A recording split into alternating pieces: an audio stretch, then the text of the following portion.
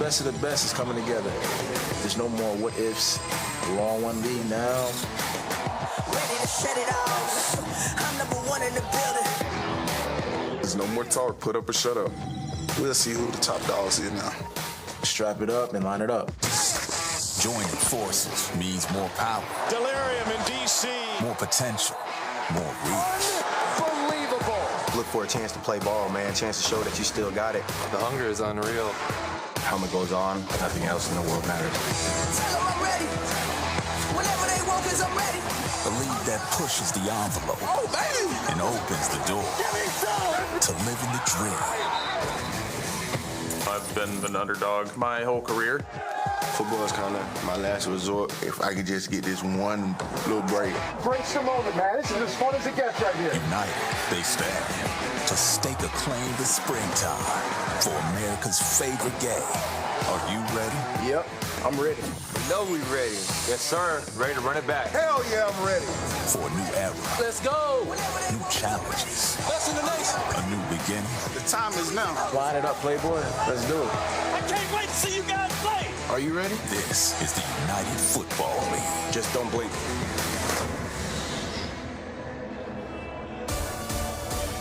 Detroit with another winner inside Ford Field. The Michigan Panthers 1-0 after the Jake Bates heroic 64-yard winner last week, taking on the back-to-back USFL champ Birmingham Stallions. And after 6 games of the United Football League, this is how we're looking in the standings. The Brahmas at 2-0 in the XFL Conference. Winner of this game here today takes the top spot in the USFL Conference. With that, hello and welcome to Detroit. I'm Lloyd Galindo. He's Tom Luganbill.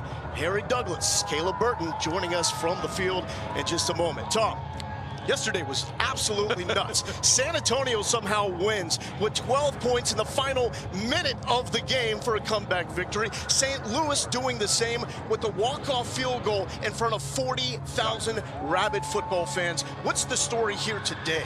I think the story here today is which team can stop the run.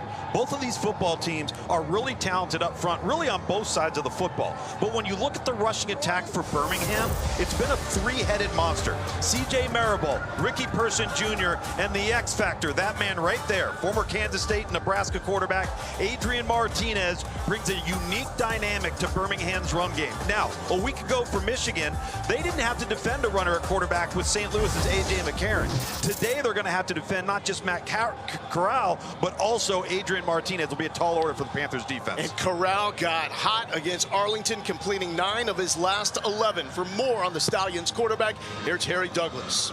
And guys, it's no secret Matt Corral is accustomed to having success at the college level, but now it's all about doing it as a professional. And it started last week versus Arlington.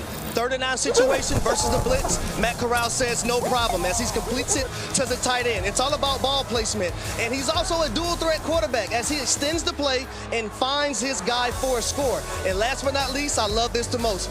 You survey the defense, you see something you like, you signal it to your wide receiver 9 seconds before halftime, a double move, and it ends in a touchdown. I think it's safe to say Matt Corral has arrived, guys.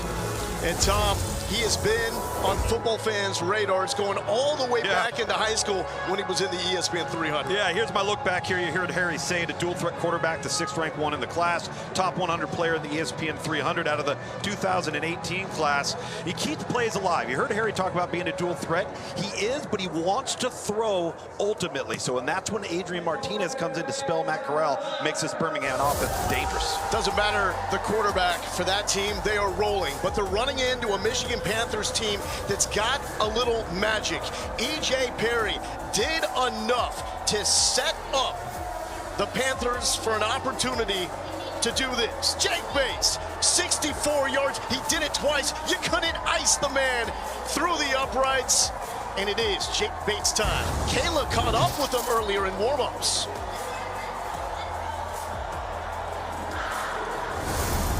What's this week been like for you? I know I want you to continue to do what you're doing here, but it's been crazy. I'm not used to all this press or anything around me, so it's kind of weird, but I also feel like there's so many other players that deserve it. E.J. Perry put together a hell of a game. Our O-line, obviously. I'm 38. Yeah, so, I mean, it's been nuts, but, you know, it's been good to have a long week and come back and be back here at Ford Field and hopefully do it again. Yeah, I mean, you're basically Mr. Hollywood, and I know you're probably tired of all the media press, but I will say this, you know, going into this week and just the fact that you're here playing with your team, what does a stage like this do for you? You know, I mean, it gives you an opportunity to do what you wanted to do your whole life, so that's what I'm trying to do. The reason you play in this league is to get eyes on you, so hopefully I can keep making kicks and see where it takes me. I think you got eyes on you. Thanks for your time. Good luck today. Guys, back to you. Yeah, Tom, it's not just the eyes. We've got microphones all over the place. He has become the biggest star in football this week. Yeah, he's a little under the weather today, too, just being down there in pregame warm-up. And listen, the pressure's on. When you kick a 64-yarder with ease, and then you have to do it again and you make both of them, let's go. So there's going to be a lot asked of that young man. I think he's going to be up to the task today if he's brought onto the field to do it once again. Home team gets to decide if they want to kick or defer. And Michigan wants the football. That is Marcus Sims with the return. And here is E.J. Perry, the Ivy League man out of Brown. So I'm really looking forward to seeing what type of start E.J. Perry has today. It was a shaky start a week ago, turned over the football twice in the first half, but then regained his composure. Let's listen in. We got right tray, Liz stretch on one. Ready? All right, you hear Liz stretch right there. That's to the left, so it's going to be zoned to the left out of the pistol. Should be the running back call with Wes Hills right here. Hills, the leading rusher in week 1 of the UFL. Back to him for about a half a yard. Offensive coordinator for the Panthers, Marcel Belfast. Liz, stick.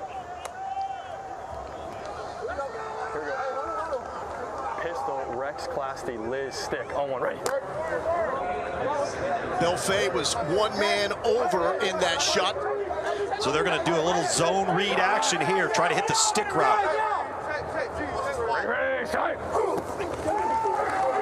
Perry backside pressure engulfed Jordan Thompson. The Northwestern Wildcat coming up with a sack. We talked about the strength of this football team for Birmingham. It's on both sides of the ball up front. You build a championship team from the inside out. One of the things Skip Holtz said about this defense is the depth is really strong.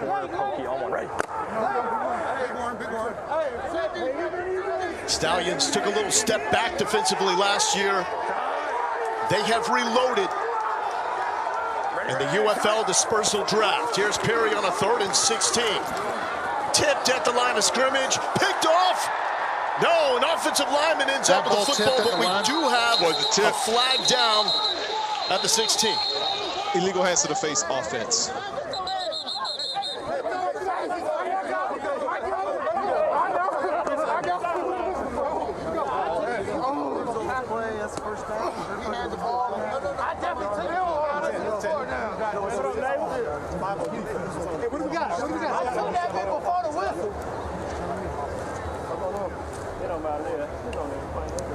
Illegal use of hands, hands to the face. Offense, number 77. 10-yard penalty, 3rd down. Bigger concern than that penalty on Ryan Pope is the condition of Noah Johnson, starting center that just limped off the field. Yeah, that's very concerning because with a 50-man roster, you don't have the type of depth that you'd like to have. He ends up catching the deflected pass, tries to advance it, ends up getting injured and taken into the 10. So hit low on that right knee. It's his ankle. If you look really close to the lower extremity, right at the top of his shoe.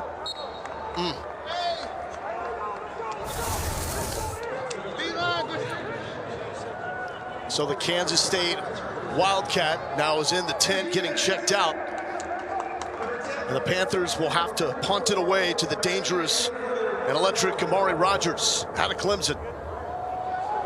The Gunners have to be inside the numbers, and the UFL punts cannot get more than a yard downfield until the punt is off. That had a chance to be blocked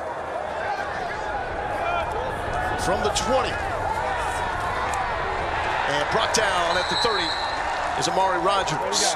And here comes Matt Corral, the former engineer of the lane train at Ole Miss. Really, the numbers right there, a remarkable college career. Ended up being a Heisman Trophy finalist, third-round draft choice by the Carolina Panthers. Cup of coffee with the New England Patriots, and now trying to resurrect his career here with the Birmingham Stallions in the UFL.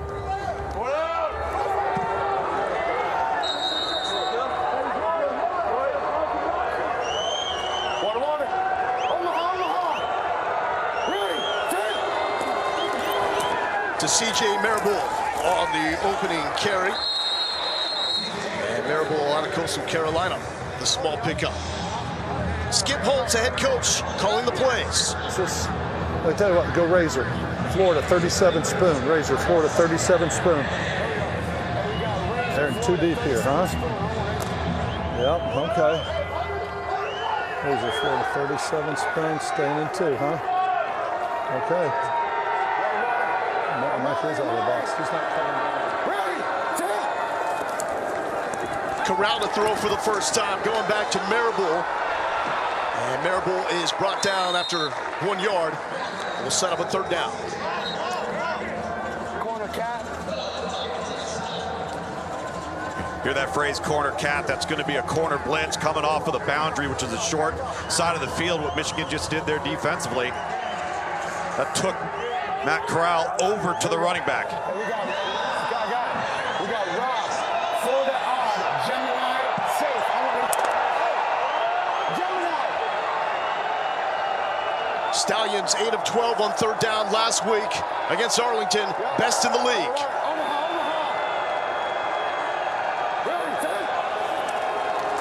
Pressure up the middle.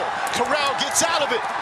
Trying to use the legs to shake and bake, but will be brought down at the 35-yard line by Garrett Marino.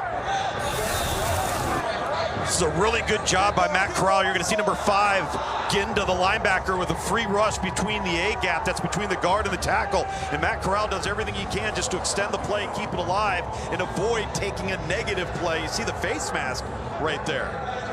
Nice. Marino, a standout at UAB.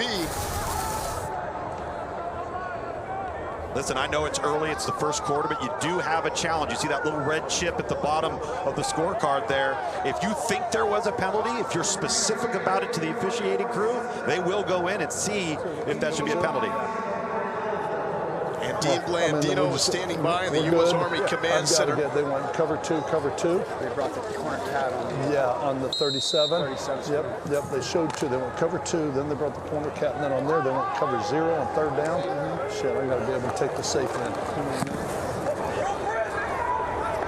Here's Trey Quinn on the return from the 11.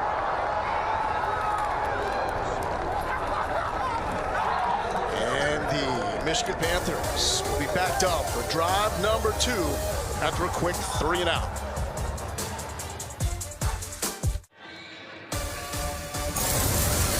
The UFL is brought to you by Progressive Insurance. The right call to protect your home and car. Visit progressive.com. And Eclipse Across America, live on National Geographic tomorrow at 2 p.m. Eastern. All season long, we're putting down a fictitious $10 on some sort of prop for the game. You can get them all through ESPN Bet. This is what we have for this week. Kayla's taking the under. So are you. For 2 straight weeks, Tom, you're better than that. Harry, with Birmingham on the money line, I'm going the over. That's winners. Those are winners right there. Yeah, Lowell will have to win. We got to redeem ourselves from a week ago, Harry. Yes, we do. We'll get back. There's E.J. Perry back after a quick 3 and out on the opening possession. That is a bullet, but it falls incomplete to Marcus Sims. Let's check in with Kayla. Guys, a quick update here for center Noah Johnson. He went into that tent with a right ankle injury. Good news, or better news, I should say, he came out of that tent putting some pressure on it, going through some snaps and drills. We're still seeing him on the sidelines. I'll continue to keep you posted once I learn more. And right now it's Cole Cabral out of Arizona State at center. Hey, rip half. Side. Ready, side. Back to the former Detroit Lion. Hills, nowhere to go. Kenny Robinson And DeMarquise Gates getting there. Loss of 1. Little G scheme, he pulled the guard around, and he tries to push. That's just great leverage defensively from Birmingham, setting the edge, not allowing Wes Hills to get his foot in the ground and bounce it to the perimeter and turn the corner. And that was DeMarquise Gates' first play as a married man. He was inactive last week to go to his own wedding. Coach, I can't play this week, I gotta get married. That was pre-arranged before he signed with the Stallions. 3rd and 12 for Barrett. He has no time to breathe. Our defensive line is getting in there quick as DeAndre Tillman with the breakup. Man, this group up front on defense for Birmingham way to go.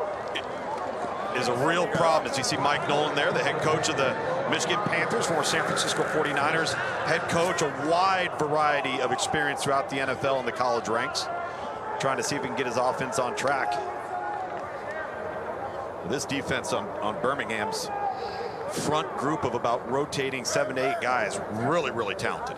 Impressive start for the Stallions defense. Brock Miller punting it away. Great field position for Rodgers to work with from the 40. 2 slip tackles and all the way down to the 45-yard line.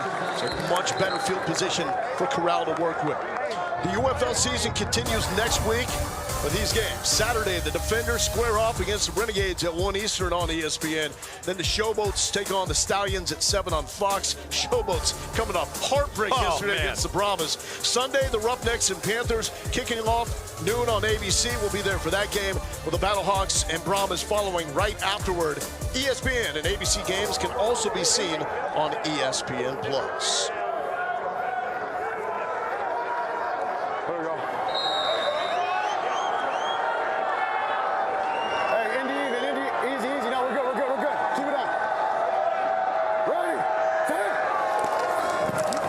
To Marable, shifting his way through north of the 40.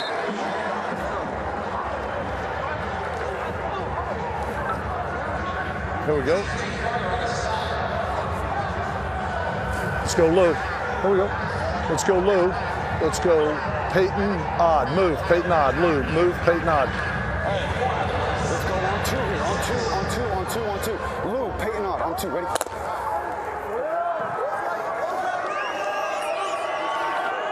Let's go. Omaha. Ready, set, hit. Back to the ground. Oh, big burst. Marable down to the 20. Former first-team Sun Belt out of Coastal Carolina, 18 yards. I'll tell you one thing, Lowell. This is not a complicated football team up front. They are a zone run scheme. Right or left, outside right, outside left. And this offensive line, as we talked about when we came on air, they get after you up front. Smoke on 1, ready? Marable got props from his head coach for his elite vision, and we saw that. Water. Able to hit the crease quickly. Omaha. Ready, set. Why not go back to him? Such patience, and the big fella's helping push to get a couple more. He's also someone Skip Holtz raved about. Smart, has great vision, solid, a true professional, blocks in the pass game, so he's very, very high on C.J. Marable. Yeah, Harry, this is a really complete football team. Cleveland Tight end room, wideouts, offensive line, and quarterback. Okay. We're getting 1. That's starting 3 receivers, Amari Rodgers, Gary Jennings, Deion Kane, all have played in NFL regular season games. Jay Sternberger in motion, going back to Marable. Sternberger trying to set the edge, not able to. Nate Brooks out of North Texas with the stop. Kayla. Well, guys, Ricky Pearson also told me that he's living with CJ. If you didn't hear me, Ricky Pearson's telling me he lives with CJ Marable, but he says, look, if he gets into the end zone, he's in his 3rd year, he needs to change up his TD celebrations. He's not loving the celebrations that's going on lately. He says he needs to switch it up. So let's see if he does it maybe on this next drive. Hey, but you know who had some motivation on that tackle? His former teammate, Nate Brooks, number 3 for the Michigan Panthers with the Stallions a year ago. Corral, nowhere in particular. He's looking for the tight end, Sternberger. Field goal. That's it. Okay. Welcome back. Welcome back. All right. And you can sense the frustration from the crowd. Yeah, miscommunication between quarterback and the tight end. Just listen to Skip Holtz right here, have a conversation with his quarterback. I saw his guy super soft, and I just played. Okay. You want to base it. You got to come back. Wait, he ran more in? Yeah. More, 21, I'm not going in and coming out of the ball. 21, you're going up to 21 and then working back, right? What'd you do? No, I'm not asking. That's what I did. You just, okay, just working back. All right, good drive. They're starting to settle to cover one. 34-yard attempt. All right, Chris Blewett out of pit is up and good. And the Stallions on the board first. 3-0 for the back-to-back USFL champs. Welcome back inside Ford Field, where the Stallions lead by 3. Alongside of me is Panthers head coach Mike Nolan. Coach, what do you need to see out of your offense in this drive?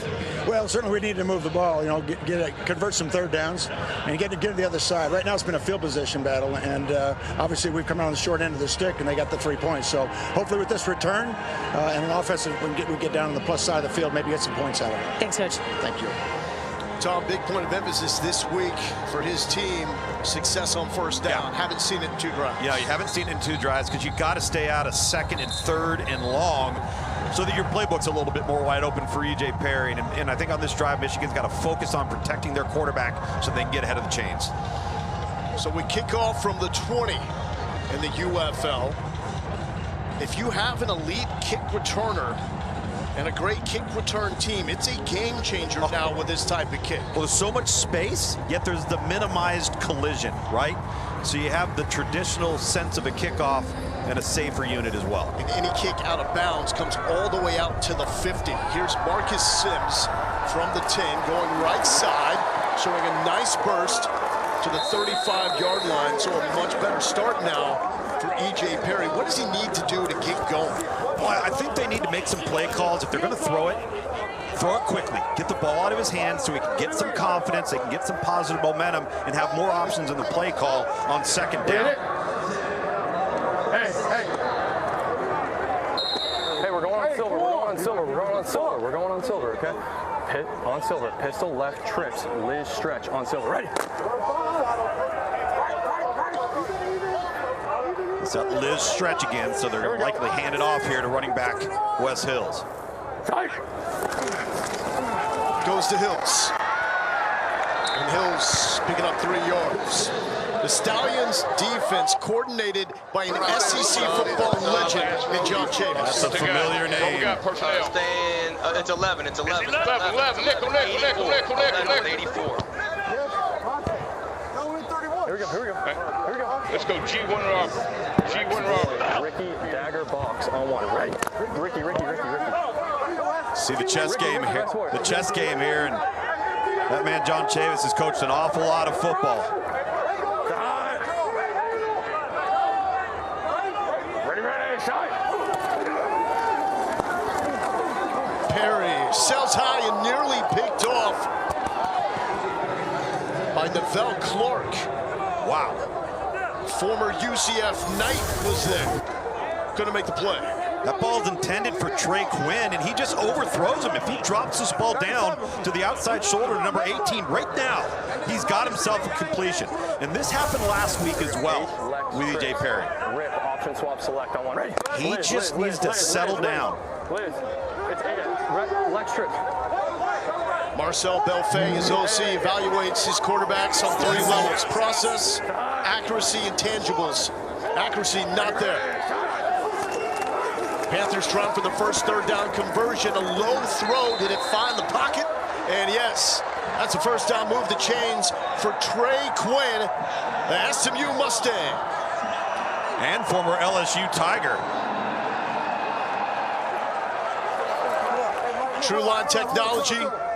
It's an optical system with 4K cameras all throughout the stadium. Pistol right trips. It will show us exactly where the ball is spotted. From where it's spotted, it looked like it was short. But we play on, move the sticks, first down. Ready, shot. Throwing from the pistol, another low throw. But complete to Devin Ross. Ross has emerged as the go-to threat for Perry out of Colorado. That's back-to-back plays that the receivers have bailed out their quarterback on errant throws just by sheerly making plays. That time it was Ross, Trey Quinn before. I think for offensive coordinator Marcel Belfast, it's important to get him easy completions, right? This is some of the same things that happened last week. He started to get easy completions, got acclimated to the game, and we've seen him better as the game went on. That's Noah Johnson returning for center for the Panthers. And there is Marcus Sims. First out. Want to clean something up with the True Line technology. So it's actively picking up the position of the football. So after it was spotted, we saw it short because Noah Johnson lined up, and before snapping that football, just moved it back slightly. Well, good to see Noah Johnson back in the game, too. He is a dog out of Kansas State. Little delay, backside pressure, and down goes E.J. Perry. It's taco time here in Motown. Taco Charlton, the former Cowboy, and Michigan Wolverine getting home. Look at his wide stance off the left side, and he's got great first step burst, and he dips, and that's just a bust by the offensive tackle number 77, Ryan Pope, who is a massive human being. But he's got to take the edge right there, lead the guard one-on-one with the defensive tackle. That's a man that has a dozen sacks in the NFL on his resume.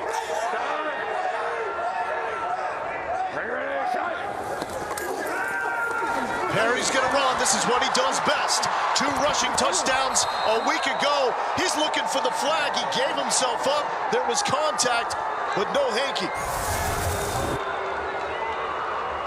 It's a really good play call. They go empty, and he just takes the front door. It's wide open, goes down, and actually gets hit from behind. Almost seemed like he delayed that slide, though, and set himself up for that. A little bit. Dagger select on one, ready? Hear him say, convert it to press. He's talking to the outside receivers. 3rd and 6. Little out. That's first down yardage to Marcus Sims. Let's bring in Dean Blandino of the U.S. Army Command Center. It's a moot point now with that conversion.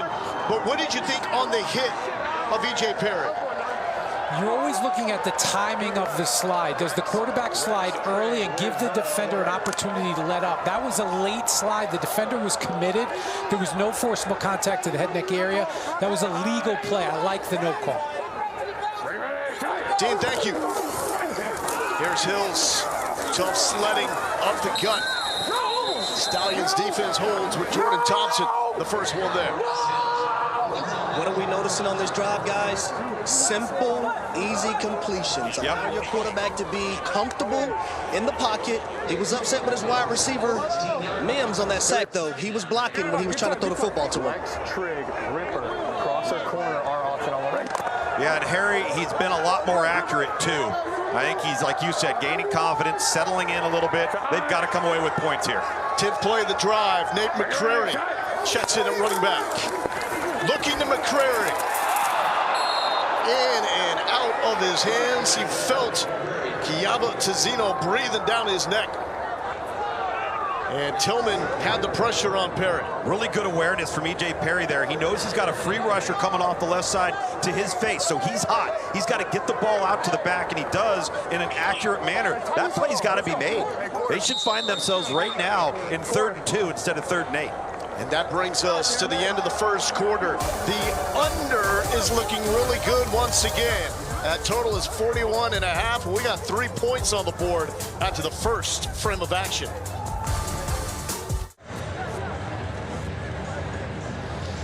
This is how you build a roster to compete, get players from all over. 27 players on the Panthers roster from the Power 5.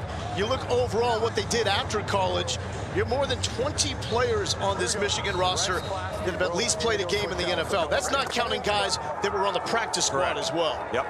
But this is the early play of the game for Coach Nolan and his Panthers. 3rd and 8 inside the red zone.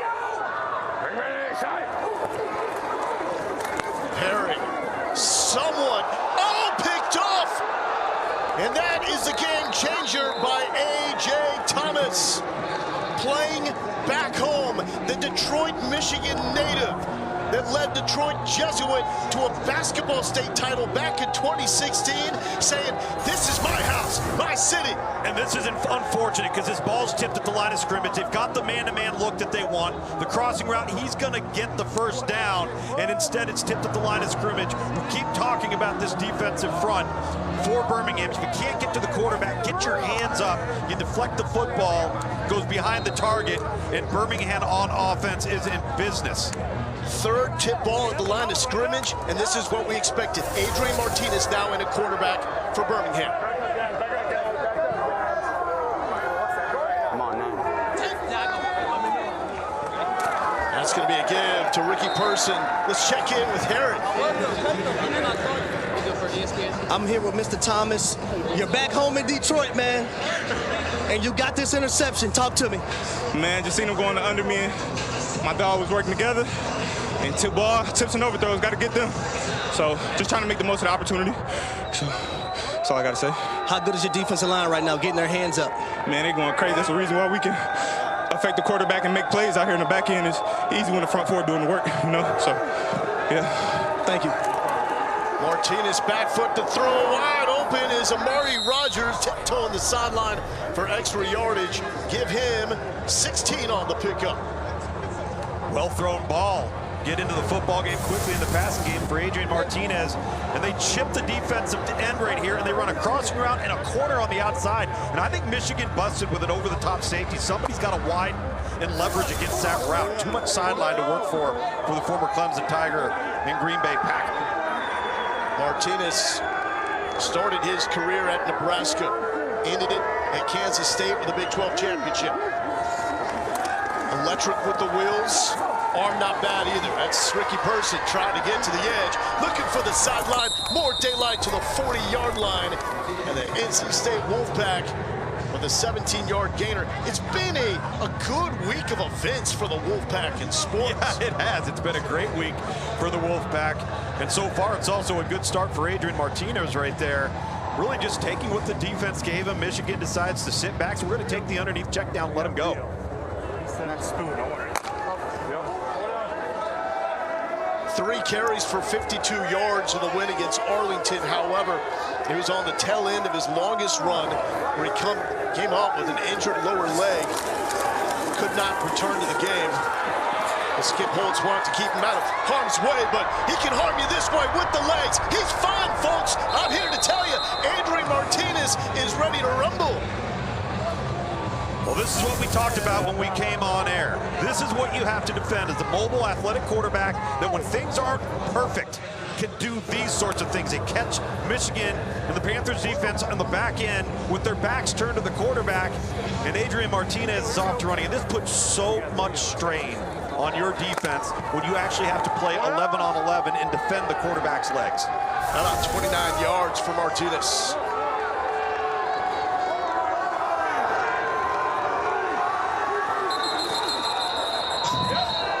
Got a flag down, false start on the Stallions. What number? 7-5. Gotcha. False start. Offense, number 75. 5-yard penalty, first down. That's going to go against Christian Deloro. There is the defensive coordinator of the Michigan Panthers, young Colin Bauer. Promoted from defensive line coach to defensive coordinator before the start of the season. It's a pretty simple defensive approach. Likes to keep it simple and play fast. Keep the ball in front of us. Don't have to think. Let's react quickly. You heard that little tip. He goes, beware of screen or draw. Martinez with time. O-line's doing a fantastic job. Shake and bake for Deion Kane. Kane, a guy that's been so close to getting back to the NFL after last season in the USFL, was part of the final roster cuts with the Eagles before the start of this season. He's tasting it.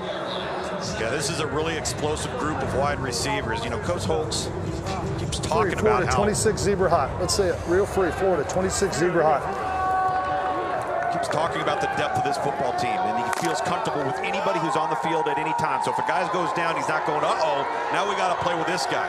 When you consolidate two leagues, the player pool increases, the talent and depth increases. Person motions out. Martinez left side. This one is tipped and falls harmlessly into the end zone. Sean White there, then linebacker coming up into the A-gap between the center and the guard. Getting his hand up late. Harry, what are you looking for here on this 3rd and 9? Seeing if the defense of the Michigan Panthers, are they going to play zone or are they going to play man? If they're going to play zone, you want to flood that zone to one side to get more bodies in that area so you can be able to score. Man coverage is simple, guys. Win your one-on-one matchup. Yeah, and if they choose to play man, they're going to somehow have to account for the quarterback's legs if he decides to run. Looks like man here. Pressure up the middle. Martinez, a cool customer, and he almost completed that to Gary Jennings. How was Jennings even staying in bounds to have a shot there, Harry? I have no idea, Lowell. It almost looked like he was on his knees there, just sitting around the 5-yard line. And I think if they were able to get this catch, it wouldn't have been a touchdown, but got that catch.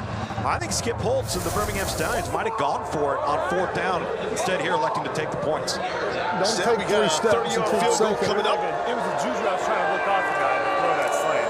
Okay, And but that guy came, and I was like, okay, I got to sit down. okay. And then nice job on the Apollo. Nice job on the Apollo. Yep, nice job getting the ball down the field. So 2 Blewett field goals, the only point so far. Stallions favored by 4.5. They're up 6. That under still looking good. Perry time when we return.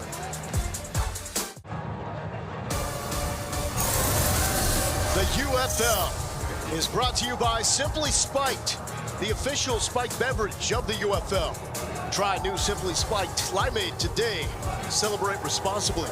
Simply Spiked Company, Milwaukee, Wisconsin. Lowell Galindo here with Tom Luganbill.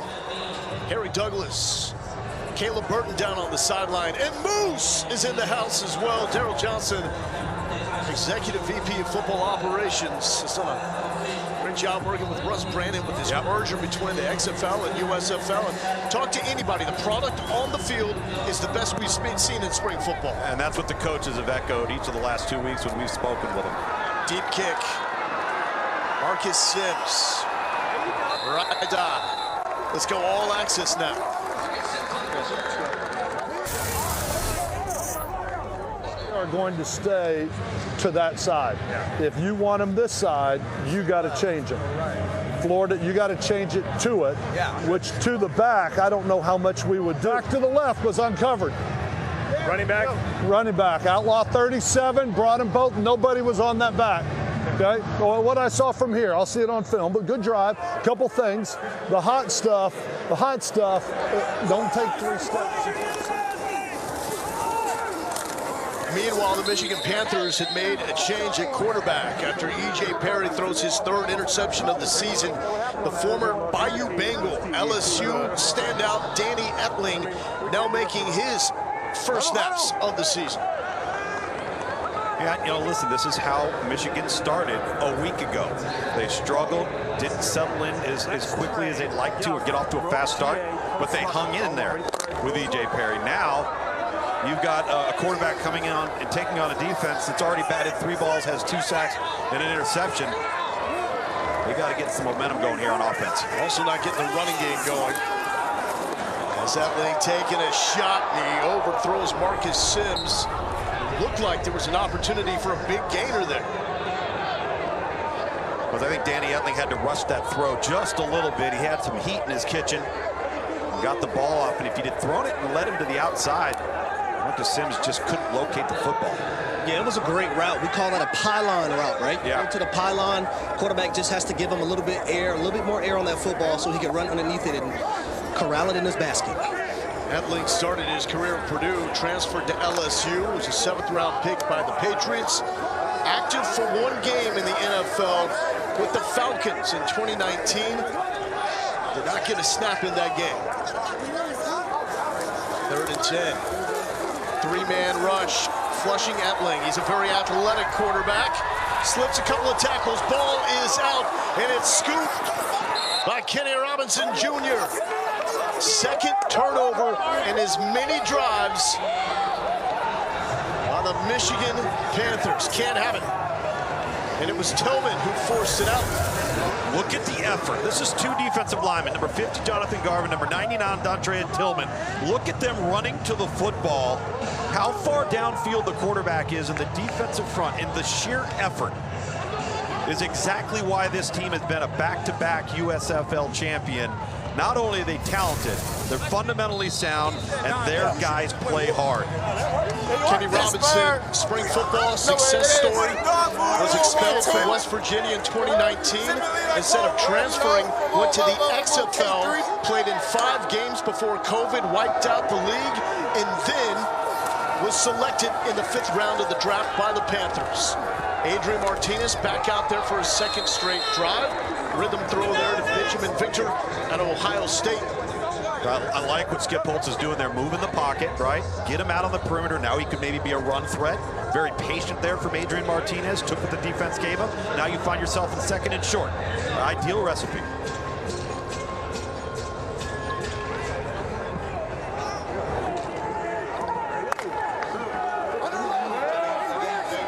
That's big. Walter Pelmore out of Mizzou. Standout member of this Panthers defensive line. They got to be getting gassed at this point. Person with the carry, but still enough juice for Breland Speaks to make the stop. Speaks, 16 games in his NFL career at Ole Miss. Explosive first step right there, penetrates on the inside move, arm under on the left tackle right there. Breland Speaks, not only the best pass rusher on this team, he might be one of, if not the best pass rusher in the UFL. And he gets extra points because he has a cowboy collar. Old school, baby. That's it. Also wearing a mic for this UFL broadcast. 3rd and 4. Martinez. Nothing downfield. Oh, the Woodard move, bouncing it. He's going to have the first down. Martinez, as elusive as it gets in the United Football League. 12-yard pickup. Couple of things here, very patient. Knew where he wanted to go initially, it wasn't there. Brings his eyes back, it's not there. Now he retreats very softly, not there. That's the explosive quickness to get out on the perimeter, then tuck the football, know where the line to gain is, and move the chains for a fresh set of downs. Really impressed with Adrian Martinez and his decision-making so far today on these 2 drives. Tom, it seems like he's even faster in pro football than he was at K-State and Nebraska. Using the arms and just going to throw this one away. What do you think about that move? I think there was a miscommunication with what they wanted on the route, and it was a smart play to get the ball out of bounds. Harry, I don't know if you saw down there, I think he wanted a one-on-one downfield with number 16, but the guy ran a hitch instead. Yeah, Benjamin Victor, he ran a hitch. He's talking to the wide receiver coach right now to see what Adrian Martinez called in the huddle. But normally it was there. Yeah. I don't know if Adrian was expecting that, though. And Benjamin Victor's up all of about 6'4", so it's a great opportunity on the back end to get a little bit of a height advantage on Nate Brooks at number 3 on the corner spot. Stallions, an embarrassment of riches with big athletic receivers. They got the ground game that's solid as well. That's Person. Give him 2.5. So 3rd down upcoming. Some teams just look good on the hoof, Harry. Yeah. What do you think of the makeup of these Stallions receivers? I like them. They're big, they run good routes. They're not afraid to block downfield. They're taking care of their teammates, and there are no egos. Sounds like a solid group to me. How different is it with a different quarterback if you're a receiver? If you're a receiver, you just want the ball. So when it comes your way, it's best if you just catch it. I don't care who's throwing it. That's a playmaker talking right there. Martinez comfortable in the pocket, and that one is broken up. Marlon Williams was smelling a touchdown, but Frank Ginda was there. One of the highest IQ players you'll see in this league. Yeah, Frank Ginda, number 5, to the left side of your screen. He's just going to retreat, gain some depth. And this is just a flat-out drop. I mean, he gets in the way initially off the back stem, peels around. Number 17 right there. That's an unfortunate drop. Great throw. Great throw. Field goal! Field goal! Come on. That's also Marlon Williams that's working to get back in shape. Sure. Suffered the torn Achilles in week 1 a season ago. Getting back slowly. Really anticipated the throw well by Adrian Martinez. You just got to take advantage of that opportunity. And we've got movement on the kicking team. False start. Offense, number 90. 5-yard penalty, 4th down. It's going to be To win against some Jalen one-on-one Twyman. balls. That's why I got big to throw it 111, saying because if we go 11 and they press, we get the fade. If they stay off, we get the hitches. Yeah. Okay? Nice drive. Nice drive. Nice drive. I know it. I know it. Damn it. You know what I love about Skip Holtz is his tone and his demeanor with his players, with his quarterbacks. Some guys need to be coached hard. Some guys need to be coached softly. Blew it. Make it 3 for 3. He's accounted for all 9 points for the Stallions. Skip Holtz calls this the purest form of football around right now, the UFL. Corner to flat. They'll take him there. Hey, maybe Back with Stallions quarterback Adrian Martinez. Tell us what you're looking at right now. we're just looking over the last drive here, seeing where we went wrong, where we went right. I mean, we got to finish these possessions with touchdowns. You're doing some great things out there on the field. How do you feel? I feel good. You know, last week I got a little banged up early, so it feels good to get 2 full drives and just keep building on that. Back to you guys. Appreciate it. And the Apple iPad fired up. They're seeing all that video as opposed to the NFL where it's just still photographs. Yeah. Kick his way here for Devin Ross. For the 10. Oh, it just goes down, gave himself up for that shot. Coming up at 4 Eastern on Fox. Houston Roughnecks taking on the DC Defenders, and DC got surprised in week number 1 by them San Antonio Brahmas. Yeah, they got surprised, but now they got the friendly confines of Audi Field. Beer Snake. Oh boy. See if Houston can clean some things up in their offensive line. Played them a week ago. Rex, empty, Ricky, slant, Oscar, all one ready. So E.J. Perry returns after 1 drive engineered by Danny Etling. They just need one good thing to happen to him. Just one. Need a spark. And that's not going to help the cause. Through the hands of Jordan Sewell. Look, if you're Michigan right now, you got to tell yourself, we've played as bad offensively as we can, yet down by 9, with the way this league works, it's a 1-score game. We're in our hotel room watching San Antonio and Memphis yesterday, and for the entire first half, San Antonio could barely cross the 50-yard line on offense and won the football game. Oh, by the way, Michigan went scoreless last week in the first half and still won. Going back to the right side, and the Stallions defense is relentless. Scooby Wright, the short dog, coming up to make the stop. One of the best linebackers out of nowhere in his career at Arizona. See, he gets points too, cowboy collar points. Nicknamed two-star Scooby. He did not show up in that ESPN 300 back in the day. No. 39. Perry taking a shot. He's got a man. Complete to the 30. We're running. Marcus Sims to the end zone. 76 yards. And Tom, what was I just saying about getting back in the game? It only takes one play. E.J. Perry here sees one-on-one on the perimeter, gets back, holds the safety in the middle of the field with his eyes, and now it's just nothing but pure speed and a foot race to the end zone. Life, momentum, excitement, points, all on the Michigan sideline, all at once. No one's catching him! No one's catching him! Let's go!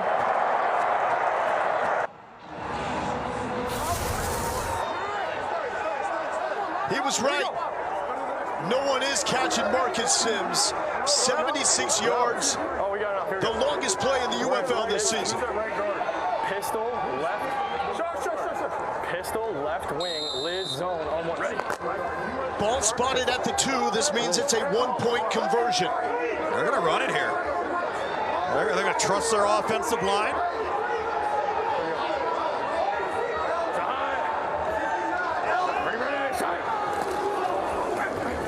Perry will keep it. He's got to throw off it, and it completes to Cole Picatinny. It's a 2-point game. Here's Kayla with the star. Yeah, guys, I am here with the star. Marcus, take me through what you just saw. I know you were frustrated on that last drive, but you recovered. How? Just kept my head in it, man. Next play, you know, we needed a play. You know, we were down 9. I went out and made a play. You got into the end zone. You guys just got more points. How do you feed off of this momentum? Oh, yeah, we got to feed off it. We got to keep going. We got to keep pushing. I think we'll be all right. Came back last time, right? Yes, sir. All right, guys. Thanks. West Virginia Mountaineers well represented so far today. Marcus Sims, a 76-yard touchdown. You had Kenny Robinson also that had the fumble recovery. Love to see the college stars of yesterday still on the radar. So now you've got this momentum. You've got points on the board. You need the Michigan defense to come up with an answer of defending the quarterback run and escapability of the Birmingham Stallions offense. Try and get this ball back. Get some momentum on defense and get off the field. And what this also allows us to see is the booming leg of Jake Bates. He was the hero last week for the Panthers, had the 64-yard game winner. This, though, is why he was signed. He's a kickoff specialist, first-team SEC as a kickoff specialist. Mike Nolan wanted to bring him in because the returns are such a big deal of this game. Yeah. He was looking for field position. Well, what's interesting, too, is last week, you know, he goes and tells his quarterback, E.J. Perry, all right, just get the ball to the 45-yard line, our 45-yard line. And E.J. Perry goes, no, we can get it to the 35-yard line, coach, it'll be fine. He listened to his coach, got him close enough to make that man a hero. It's probably good, too, for his nerves to get some of these kickoffs out of the way. Absolutely. Because this game could come down to him again. Nope.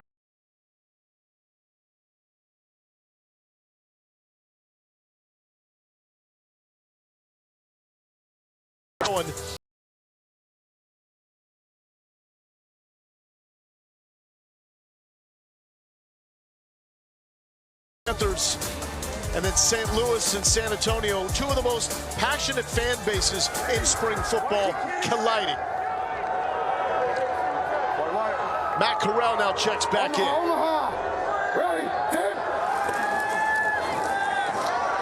On the ground, Marable. Marable's such a strong runner. Forced out by Corian Ballard. Okay. Here we go. Let's go Rob empty. Let's go Rob empty. Let's go outlaw 26. Rob outlaw. Rob empty. Rob jump. Outlaw 26. Hey, we got Rob jump outlaw 26. On one ready. Put down. Skip Holtz was adamant. He did not know who his starting quarterback would be the Thursday before the season opener. All field goals so far for the Stallions. And that is low to Jay Sternberger. Caleb.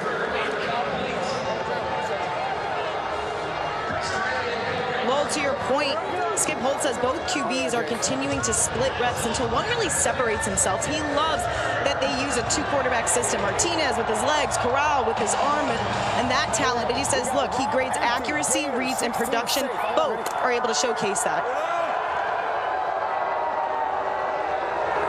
Both experienced on the highest level of college football. Big 10, Big 12 for Martinez, the SEC for Corral. 3rd and 3.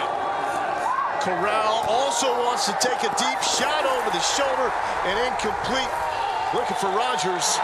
The Kansas Jayhawk, Bryce Tornadin, was there. Jeremiah Rogers shaking up right there. That was actually a really well-thrown football. Kind of ran out of some real estate there along the sideline. And again, as I talked about prior to the kick, opportunity here for Michigan to get off the field, keep that momentum on their sideline. And now they're giving that offense another chance. 2-minute warning time.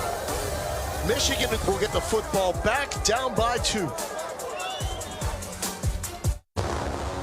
This is how we make Saturday special. And this is how we go all out. SEC on ESPN and ABC. This is how it's done.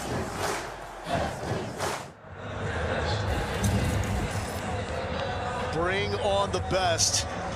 And the SEC fired up about that, to say the least.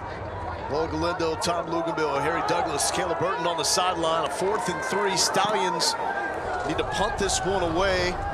Devin Gray with the return. He's going to call for the fair catch. Come out at the 25. So moments ago, Harry, we saw that 3rd down pass play. Was that a catchable ball? 100%. And you got exactly the coverage that you wanted. Man coverage, you had a slot fade. Matt Corral threw this ball perfectly in the only spot where his wide receiver can catch this ball. Now, let me tell you why that's important. It's because Michigan took the momentum back after Birmingham had it the entire game. Now you want to kill that momentum. You catch that football, now you're 1st and goal. Absolutely, Harry. Couldn't have said it better myself. And my apologies, fair catch. So the ball is spotted at the 9. Perry backed up, but he's got that magic brewing again with these Panthers. Hills. Man, he gets a full head of steam quick, doesn't he, Tom? Yeah, he does. He is a downhill physical runner. Big physical back, 6'2", about 218 pounds. And I like that Michigan's continuing to attempt to run the football. They haven't abandoned it. They haven't become one-dimensional. And so we got a timeout on the field. Stallions electing to take that timeout. Tonight, Sunday Night Baseball, the Astros are in Arlington for their 3rd game of a 4-game series against the Rangers. Game action beginning at 7 Eastern on ESPN, ESPN Deportes, and ESPN Radio. I'm not going to ask you about baseball, Tom. Okay. But how about around here, we got the Tigers doing their thing, the Red Wings today. A lot going on today, man. Hey, great time in Motown. Let's not forget the Atlanta Braves, guys. Let's be serious. Atlanta's own. Not in Harry town, Douglas, by the way. Ladies and gentlemen. Hey, we're Lex, Trey, Liz, Chip, post and go on one right. Ooh, Harry, did you hear that little post and go? Who's the man we're looking for here, Harry? Ready, shot. Perry will let us know. Perry lets it rip. Miscommunication, nearly picked off. Marcus Sims did not get a read on that. Mark Gilbert knew where the football was before Sims did. Yeah, and the ball was really heavily underthrown. This is a long, big throw to the outside. And then you press like you're going to work upfield on the outside shoulder and come right back in.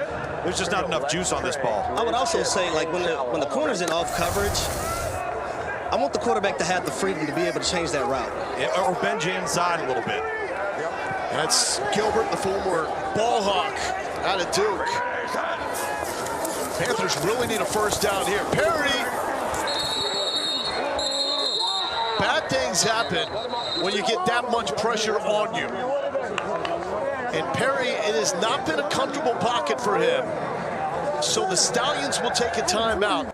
Let's just break down, too, after we see this replay, how timing will work from here. This looked like it was a designed quarterback draw to me, and then all of a sudden he pulls up like he's going to throw it, and they've got route structure in the process of the play. The wall's just closing in. Once again, we've said it from the kick of this football game at 12 noon.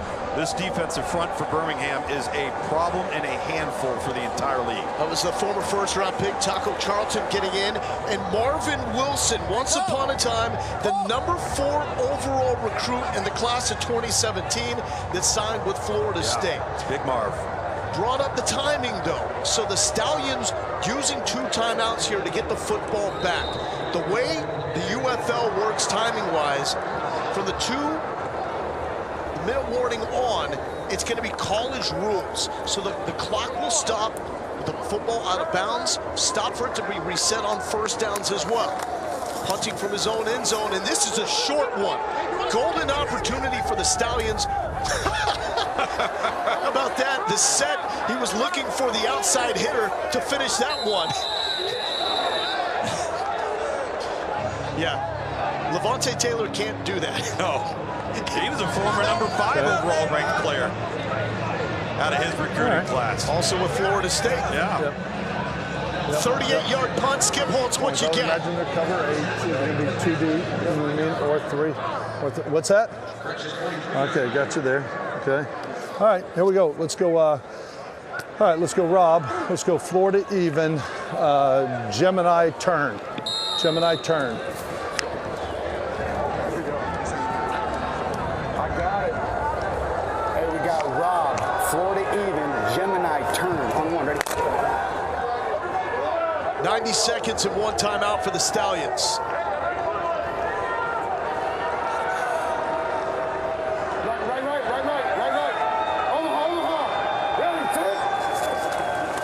Pressure coming.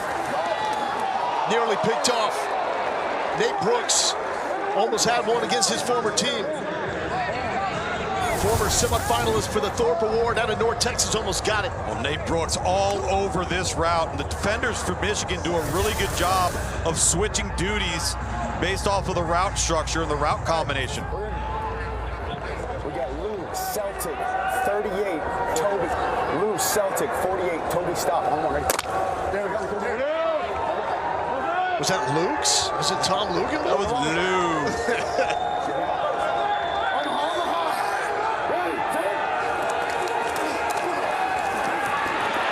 Corral eludes pressure to Marable. Flag is down, probably on a late hit, as this one is all the way down to the 25-yard line. Corral has been electric with his escapability through 2 games. This was on the play of the touchdown. So they got a dead ball spot, roughing the passer. Personal foul, roughing the passer. Defense, number 57. 15-yard penalty will be added to the end of the run. Automatic first down. He takes. Very good. Yep, he's absolutely late. Ball was gone. He took 3 steps.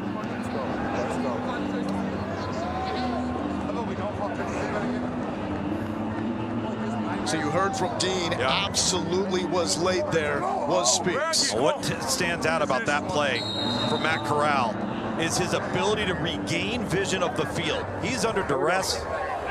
He's turned his back. Viking Reed, 12 fade. On one, ready? He's turned his back and then is able to get his eyes back up and find Marable. Showed that presence against Arlington as well last week. 4th red zone trips. Only 3 field goals to show for it. Corral, again pressure. Marable will set a block. The spin cycle almost staying up down to the 1-yard line. Brooks on the stop. Just a really nice job of getting out of the pocket. You lose contain on defense, Michigan does, and then the spin move to get down to the 1. Now going fast. They keep. And nothing going. Marable stopped. Under a minute on the clock. Yeah. T-Bone, Washington odd. T-Bone, Washington odd. Got to be quick. Second down and goal from the 1. Let's go. Got to go quick.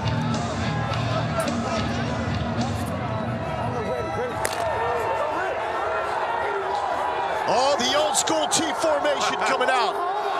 Stallions able to score out of this look last week. They do it again. Air Ricky Person. Touchdown, Stallions. You end up having essentially 2 lead blockers. Your fullback dead set behind the quarterback, the offset back, turn around, and it's just a numbers game at that point. You got the defense outnumbered.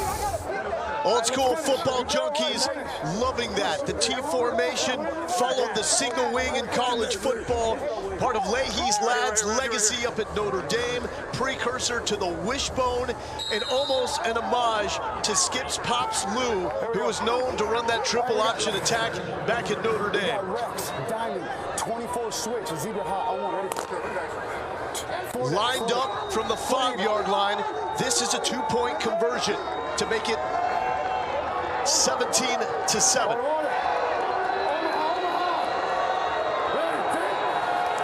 To make it a 2-score game. End zone, low throw, and caught. A contested catch made made by Kevin Austin. I mentioned Notre Dame with the team formation, and it's a Fighting Irish and Kevin Austin that makes the catch. Well, Harry, I tell you what, this was an isolated route, and I thought it was purely thrown poorly. But what a great play to come back and make the ball and make the play to the inside. Yeah, just a great job by Kevin Austin Jr. Number one, winning your one-on-one matchup, but everything is not going to be the ideal situation. And let it be said, at the end of the day, guys, make the play, and you will end up on SportsCenter at some point. I think they expected that to be actually a little fade stop or a back shoulder throw and end up going to the inside. And this is what championship teams do as well. Michigan got the football back. There was plenty of time for them to mount a drive, but they were backed up. Stallions used 2 timeouts in that sequence to get the football back with plenty of time. Short punt as well did not help, and the Stallions were able to cash in the red zone for the first time. Brought momentum back over to their sideline just prior to heading into the locker room for halftime. And hey, that over is looking a lot better. Hey, you just keep talking until it happens. Me and Kayla are winners, okay? Yes, sir. Through week 1, Kayla. Come on now. It's early, but we're on top, guys. We're on top. Here's Marcus Sims to the 40. Good return, but plastered out of bounds. Looking for a flag. There will not be one. Kayla. Guys, we just saw Ricky Person in the end zone. And look, he told me when he signed with Baltimore, the Ravens in 2022, he got a taste of what it was like being in that locker room. He said it felt like a surreal moment for him, but he also says, look, I was impatient at the time. I wanted everything to happen right then and there and take off with my career. But as I got older, I became wiser. I got closer to God, deepened my faith, and I trust where I'm at within this process. He says he's a different player, also a different man than he was previously. And he's got a home here with the Stallions, trying to make it 9 straight wins dating back to last season in the USFL. 19 seconds, 3 timeouts for E.J. Perry. Tom, it looks like they're going to try to move this thing here. Well, you got great field position. Let's see how E.J. Perry manages this game. You also have Jake Bates with the big leg. Timeout here for the Panthers. So what's the approach, Luke's? Well, they would have loved to have gotten out of bounds initially on that throw, so they wouldn't have had to burn a timeout. They got to be very cognizant of the sideline. And Harry, I think at some point or another, if they're going to throw it over the middle of the field, got 2 timeouts left, 13 seconds.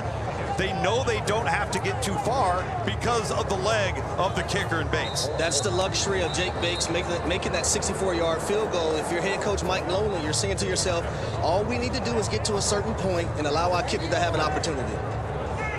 Tom mentioned a little under the weather coming into this game. It has been a wild week for him. He's had to decline interviews. Think about that. From an unknown in the game of football on the pro level to turning down interviews after that 64-yard game winner last week. So they're going to go all hook right here. Essentially, everybody's running the same route. 4-man rush. Everybody drops back. Perry with the low throw. And they're going to say that it's a catch. No. Pat Judd says incomplete. When they're on the ball. I can't see it. No, they made it incomplete. They made it incomplete. I'm looking at low right. Yep. Good. Yep. Good job. Unfortunately, we couldn't. Ball clearly hit the ground. And that is Dean Blandino in the U.S. Army Command Center. What I love about this review process, it's quick, it's in and out. It's quick, it's in and out, and it's intended to get it right. Lindsay, last 2 on 1. Ready?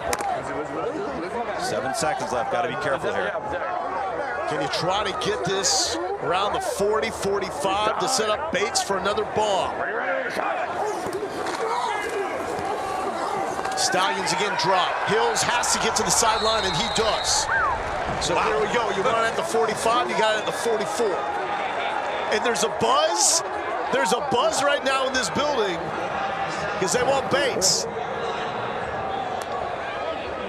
So we can discuss it, all right? Yeah. So it looks like a timeout is coming up because Mike Nolan says we want to discuss it. Let's listen in.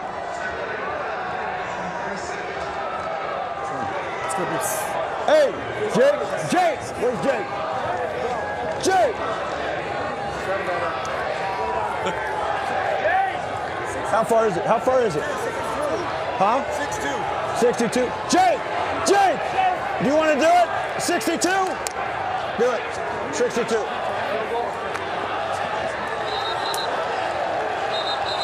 Not quite sure what else you were going to do. Maybe take a shot for the end zone, but he's proven he can get points, and listen to the crowd. Listen to this.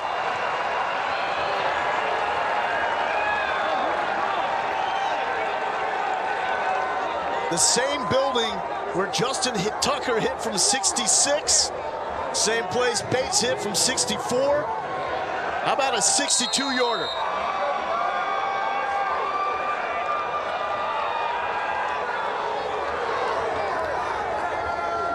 Snap is down, clean hold, kick is up, and it is good! Build him the statue right now!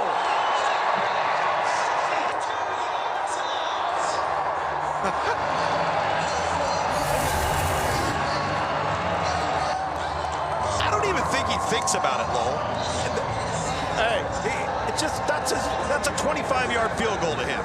But let's be real about this. The NFL was not watching him before. Yeah. I'm serious. They are watching him Absolutely. now. Here's Harry Douglas. Coach, your offense did a great job moving the ball in the first half.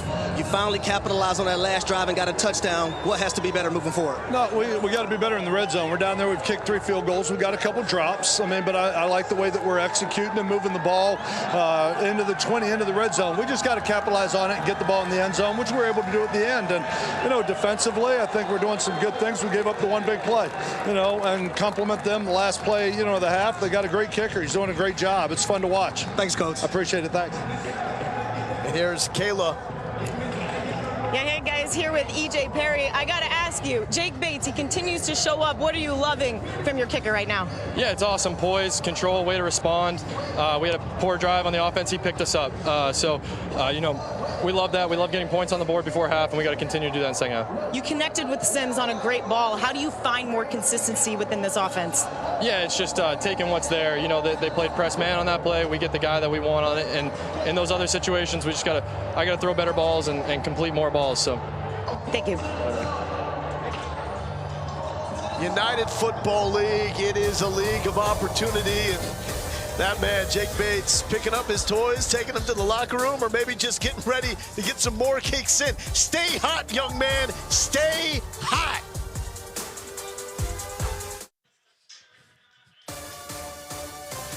We are at halftime here in Detroit, Michigan, with the Michigan Panthers and the UFL favorite, Birmingham Stallions. Welcome back to Ford Field. I'm Lowell Galindo here with Tom Luganbill. It's great to see the XFL coming together with the USFL to make another combined league. It's supposed to be all about opportunities and excitement, and we already saw that through the first 4 games of this UFL season. So let's take a look back at week number 1 of the United Football League. The UFL will be built on passion. Let's ball out, baby! Air possession! Air possession! Air possession! We're going to track our best bets of the day. How are you taking the under, man? It's been my experience that the offensive line play could be shaky early on. I get to work opportunity on a little guy. He don't do pass rush rips, but let me get to it. I've been an underdog my whole career, and I like going out there and proving people wrong. Brad Wing lofts it downfield, and it's caught! Touchdown! It's the center! Let's go, Brahmas! Woo! My mind was completely blank. I was just like, I hope I don't drop this. It was not the intended route. We've never completed it in practice. So we saved it for the right time, I guess. Got left arm down, now he rolls over, and now they pull it. Jeff, we're looking at it here in replay. We're going to stop the game. We're going to put him down by contact. After further review, the runner was down by contact at the 43-yard line. Pistol tight, H in motion, blue F swing, Omaha. Blue F swing. Tight, John Trey inside the number there. Here we go. Case Cookis, we call him the chef. We say he's ready to cook. Cookis has been nearly perfect on this drive. Did we get the tippy toe? Yes. Lewis. Touchdown is confirmed. My sister got engaged on Friday. I couldn't be there. Told him I'd make up for it with a touchdown. And this is a play, you may not want to challenge it. You can challenge it. So, Dean, we'll ask you, had Wade Phillips challenged, do you think he would have won? I know he would have won because I'm making the decision, but I'm looking at the angles here, and it was clear that the defender did not get into the neutral zone prior to the right tackle reacting. Throughout the game, we have seen things completely flip. San Antonio has dominated control. They've been an offensive powerhouse. After the first quarter, they were a 2.5-point favorite. Now they're 9.5-point favorites on the live line. 39 stays in, we throw to out. So now that motion's influencing everybody to get us a 4-1. We get 4-1 with Chase, who's an athlete. He saw it, they widened, he took it, we scored. Curtis Johnson, man, he's had a huge impact on my career. Not only my career, just in my life. He can't what? He can't say the cadence. He can't say the cadence. No, he can't say the cadence. Fourth down at 16 inches for Chase Garbers, the quarterback who kept it. It is close again. What a stand by the defenders defensively.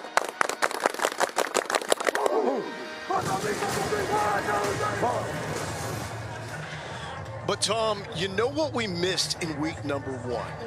We missed the 4th and 12 conversion. Didn't take long. Nope, we saw that in week number 2, and week number 2 of the UFL has been even better. These San Antonio Brahmas have become must-see TV. They were dead against Memphis, yet somehow scored 12 points in the final minute of the game. And 20 points in the fourth quarter. Thank goodness you have that true line, because at first it didn't look like he crossed the line to gain. And then look right here, Cody Latimer and the touchdown from Chase Garbers, and an exuberant sideline, of course, for San Antonio. They could barely cross the 50-yard line on offense the entire game. And then the St. Louis team that had heartbreak right here inside Ford Field, they turned it around on the Arlington Renegades in front of 40,000 rabid fans. What a fantastic crowd. You see Marcel Aitman here on the receiving end of an A.J. McCarron pass. And as you said, dishing out a little revenge as Mateo Durant, the running back for St. Louis, puts them in scoring position to kick the winning field goal as time winds down. So a little reversal of fortune for St. Louis this week versus the week 1 loss to these Michigan Panthers on the exact same play. How can you not love the United Football League? We've got more from half. We'll get you ready for the second half between the Panthers and Stallions coming up next.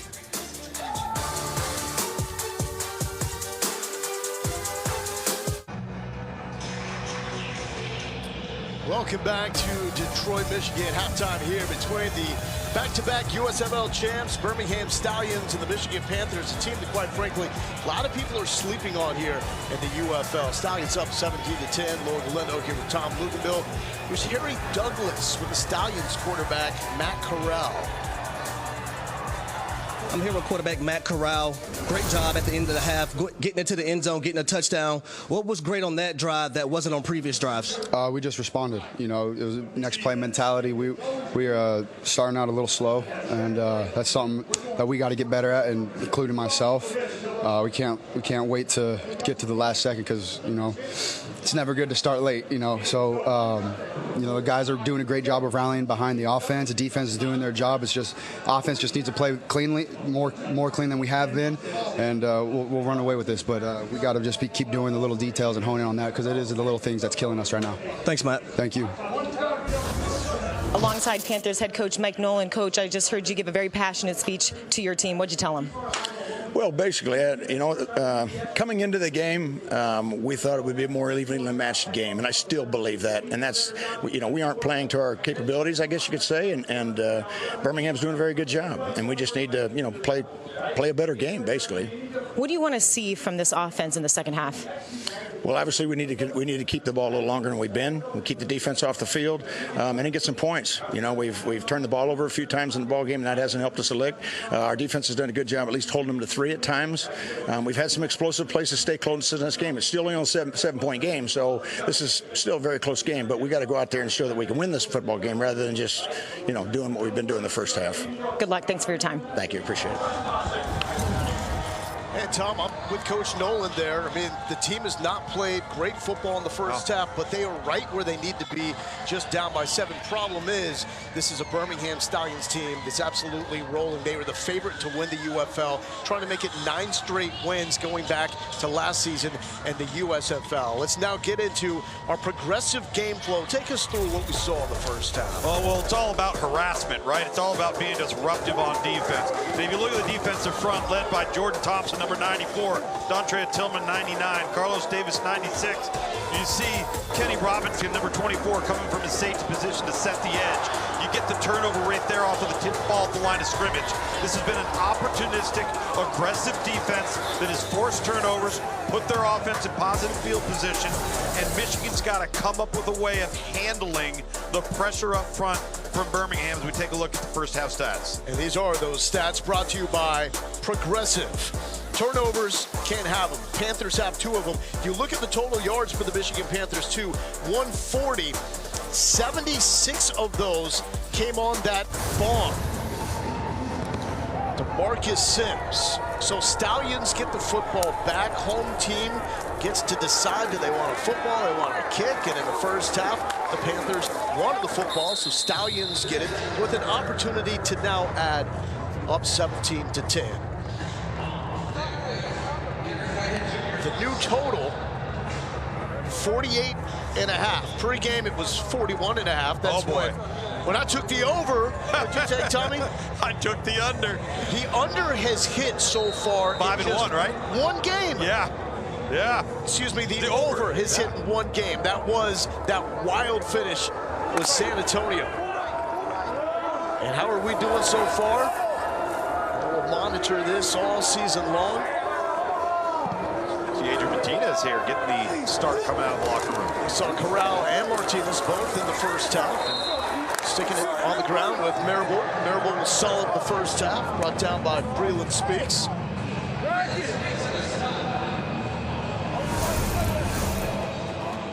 These were our faux wagers coming in. Kayla taking the under along with you, Tom.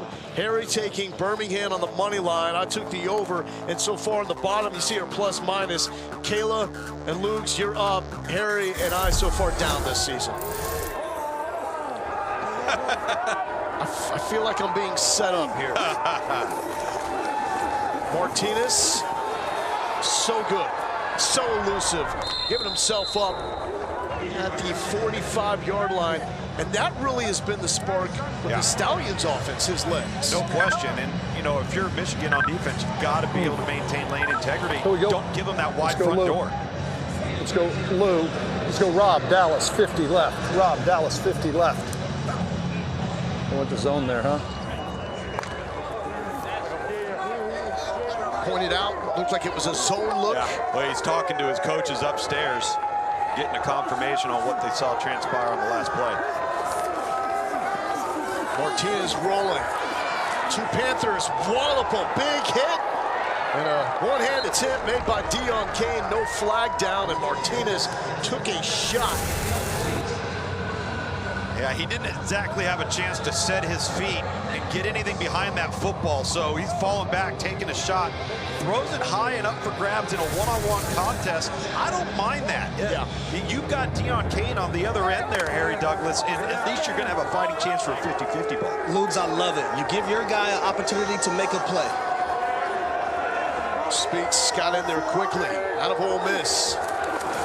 Martinez, quick throw, a little tunnel screen, and some contact up top. That's going to be a face mask. Amari Rogers got ripped backwards. Number 21 here.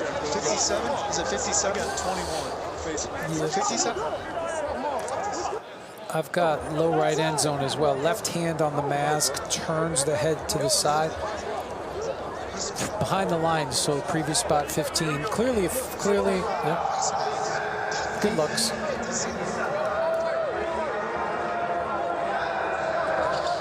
Looks like that's going to be a face mask on Kainakua.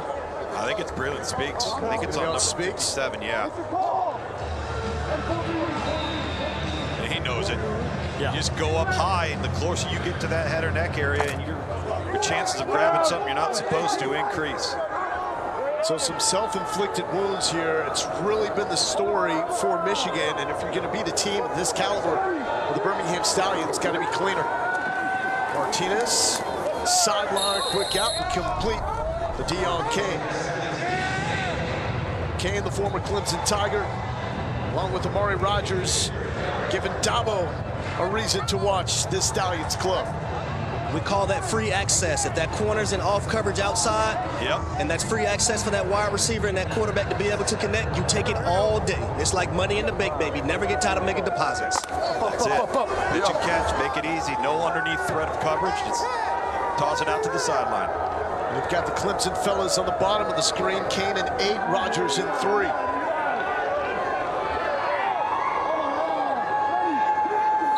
Championship pedigree, and it looks like another penalty on Speaks. So now a false start's going to make him jump. False start. Offense, number 75. 5-yard penalty, second down. It's going to be against the left tackle, Delero. And this was an issue last week against Arlington, something that Holtz wanted to see clean up some of these penalties. Yeah, and you expect early on, again, without preseason games, you expect some silly penalties and some sloppy penalties, but you got to get them cleaned up, and they will as each and every week progresses.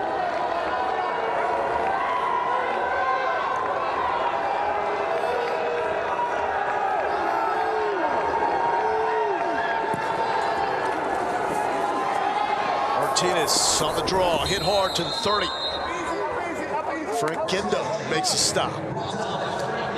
Do a look back here on Adrian Martinez and how he looked in the recruiting ranks. He's actually in the same class as fellow teammate Matt Corral. Matt Corral is a 6th-ranked dual-threat quarterback. Adrian Martinez out of the 2018 class, the 8th-ranked quarterback, number 103 overall. Went to Nebraska, had that wonderful freshman year, and people thought, wow, the sky is the limit for this guy. And he could just never quite stay healthy. And then when he was healthy, he would have some decision-making issues, and he was hot and cold. Transfers to Kansas State, plays really well, gets dinged. Will Howard enters the fold. Now he's trying to make a career in professional football. Martinez wants the end zone for Cain. Broken up, incomplete. Keith Gibson in coverage. Gibson out of D3, Mary Hardin Baylor. Harry, how important is it for Deon Cain to make sure he gets over the top and gets back vertical so he doesn't run out of real estate here? Yeah, on the practice field, there's an imaginary red line that's about 3 or 4 yards from the sideline. When you get on top of that corner, you want to get back to that red line, and it saves enough room for that quarterback to be able to drop it in the bucket. Yeah, and it wasn't a very well-thrown football, but there wasn't also a lot of sideline there to throw the football into. Martinez, middle, complete. And that's Marlon Williams making the catch out of UCF. Good rhythm throw, decisiveness from Adrian Martinez here. And really, Michigan's just sitting back playing zone defense. And Birmingham is just flooding the open, voided zones. It's just up to the quarterback to know where to go with his progression post-snap. That time decisive, right across the middle. Impressive drive here. Marlon Williams making up for that drop touchdown in the first half. Former semifinalist for the Bolitnikov awarded to the top receiver in college football. That's Williams in motion. Here's Marable. Marable dancing, staying up inside the 5 and refusing to go down. 3rd season with the Stallions. He knows this system well. Let's go Rio. Rio, into even zombie. Rio, into even zombie. Let's go. He just moved that ball back to the yard line we are. Okay, what do you like down here? Okay. Coach is talking to the offensive coordinator upstairs, Philip Montgomery, former Tulsa head coach, with the bird's eye view from up top. Martinez will keep, trying to cut it up and stay up. He reaches, loses the football, and it will be spotted down inside the 1. Earhart's a great look. He's down by, that's a great look right there. Down. Yep, he's just short. He's just short. That's a good ruling. We're good. He still had the ball. Stallions going quick. Marable is going to be tough. No signal yet. Also down inside the 1. And that was a look from inside the U.S. Army Command Center with Dean Blandino. We're marking him short. I'm on the card again. There's no reason to move away from that. Yep. He turns away. I mean, we've got progress. He actually lost yardage. Okay, we're good. Team Blandino reviewing everything in that U.S. Army Command Center. 12th play of the drive, 3rd and goal. T formation worked last time with Ricky Person. Oh, bad snap. Martinez falls down. That ain't gonna get it done. 4th down coming up. We'll also need to see who's got the football. This would be enormous for the Panthers to come up with it. And I can just say 4th down. Wasted opportunity there. Yeah, it looks like a mishandled snap between center of Colt Schneider, number 56, and also looked like Adrian Martinez really leaned back, pulled out a little bit there before lifting underneath that center's behind and really securing that snap before pulling away from center. So if this goes down, will the Panthers come back win? The Stallions are going to kick themselves for inefficiency inside the red zone. This is their 5th trip. This will be their 4th field goal if this is up and good. And it is a 20-yarder for Blewett. That extends the lead 20-10, making it a 2-possession game with 7:16 left here in the 3rd quarter. Before the start of the game, Harry Douglas was at the whiteboard with Michigan OC Marcel Belfait. I'm here with you so you can show us a play that feels dear to your heart, that you feel like can have a lot of success today or throughout this season. Well, yeah, absolutely. So we're gonna get an empty formation right now, and we're just gonna drop something that most people run, which is 4 verticals with an underneath throw. Right now we've set 2 verticals inside, and then we're gonna bring the Z under, okay, and hoping that the Mike will open up here to this vertical. That's gonna allow the Z to come under uncontested. And from the quarterback position, now the key is in a 2-high defense, we want to work away from the Mike, okay? Now, if the Mike is still flatlined, okay, and we get this look, we're going to work high to low here. Now, our quarterback will still read it from 1 out to 2, and then back down to 3 as he progresses through, because if we get a hard roll corner and a bend, we could get a home run shot out the outside here. So that's part of the concept.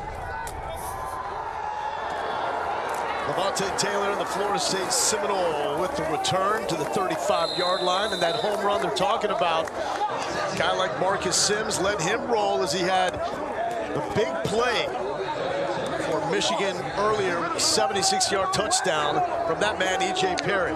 It's been an inconsistent offensive output, however. Yeah, that's probably the best way of putting it. You see Coach Belfait right there. Long time to see it.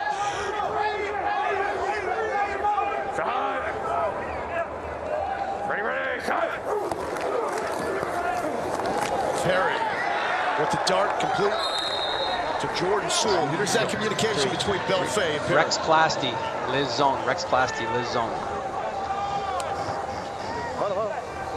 Here we go.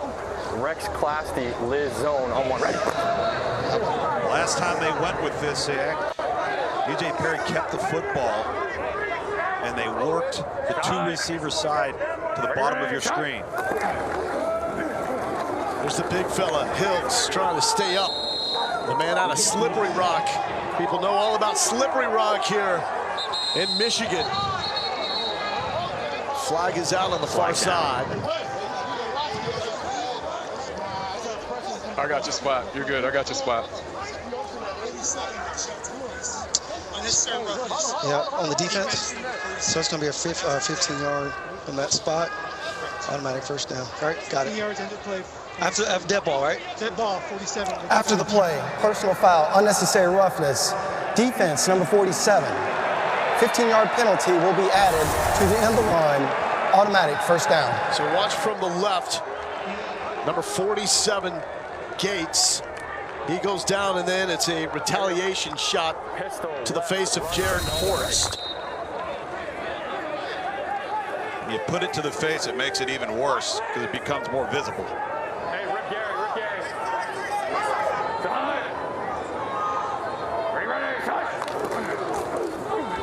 Hills. Chris Jackson out of Marshall got to him quickly. that Birmingham defense has done a great job containing Hills today. They have. They've done a really nice job, Harry, of leveraging the football. They've been really smart with not over pursuing and allowing the cutback as well. Naked right, sail climb on one right. John Chavis is saying there's nothing you can throw at me that I haven't already seen in the SEC. Tennessee, LSU, Texas A&M, Arkansas, all stops for Chavis as a DC. Perry, pressure from the corners on both sides. Somehow gets rid of it, but incomplete as he was looking for Trey Quinn on the sideline. Little token fake in the backfield. Number 4 coming upfield, JoJo Tillery forcing the errant throw. And the pressure that has continually been on E.J. Perry just hasn't had much of a clean pocket, even when he's been on the move. Tom, it's unfortunate on that play because they had exactly what they wanted. It's just the pressure didn't allow E.J. Perry to deliver that football on time. Yep. Tom, as you pointed out multiple times so far, D-lines will be far ahead of O-lines in this league, especially right now. Over the middle, incomplete to Devin Gray. Cincinnati Bearcat trying to fight for more. No, so here we go. Field goal. Take the early points. I think this is really smart. I think if Devin Gray caught that football, would have just kept running to the sideline, he might have been able to outrun the defender or at least drag the defender across the line to gain. And fourth, instead decided to reverse course. Tom, I honestly have never seen this or heard this before. There is a buzz when the kicker comes in for a field goal. Well, he's not. There's a rule in the league. You're not allowed to kick him if you're Jake Bates if they're less than 62 yards. An exception here, 52 yards. And Bates up. Come on now. Come on now. The man is a Michigan Panther legend. 62, now 52. How about it?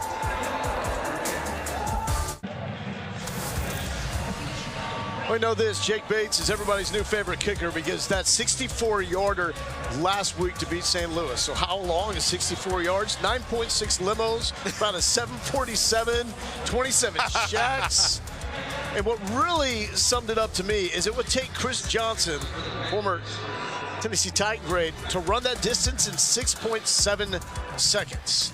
That's a long ways, my man. So for spring football, I'm gonna give you a little trivia right here. Okay. All right, in NFL Europe in 1995, there was a little-known kicker out of South Dakota State.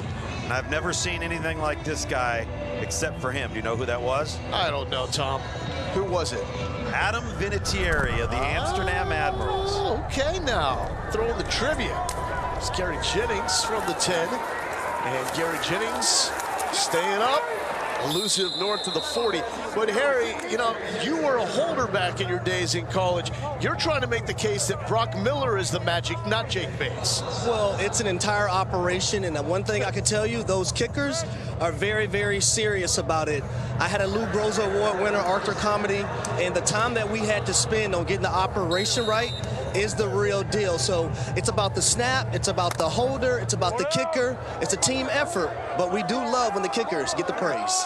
Oh yeah, when they don't, not quite the same story. Laces out.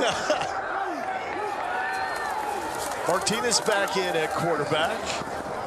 Taking this one over the middle is Marlon Williams. Frank Ginda, the tackling machine with the stop. Now here, I know you always keep it loose.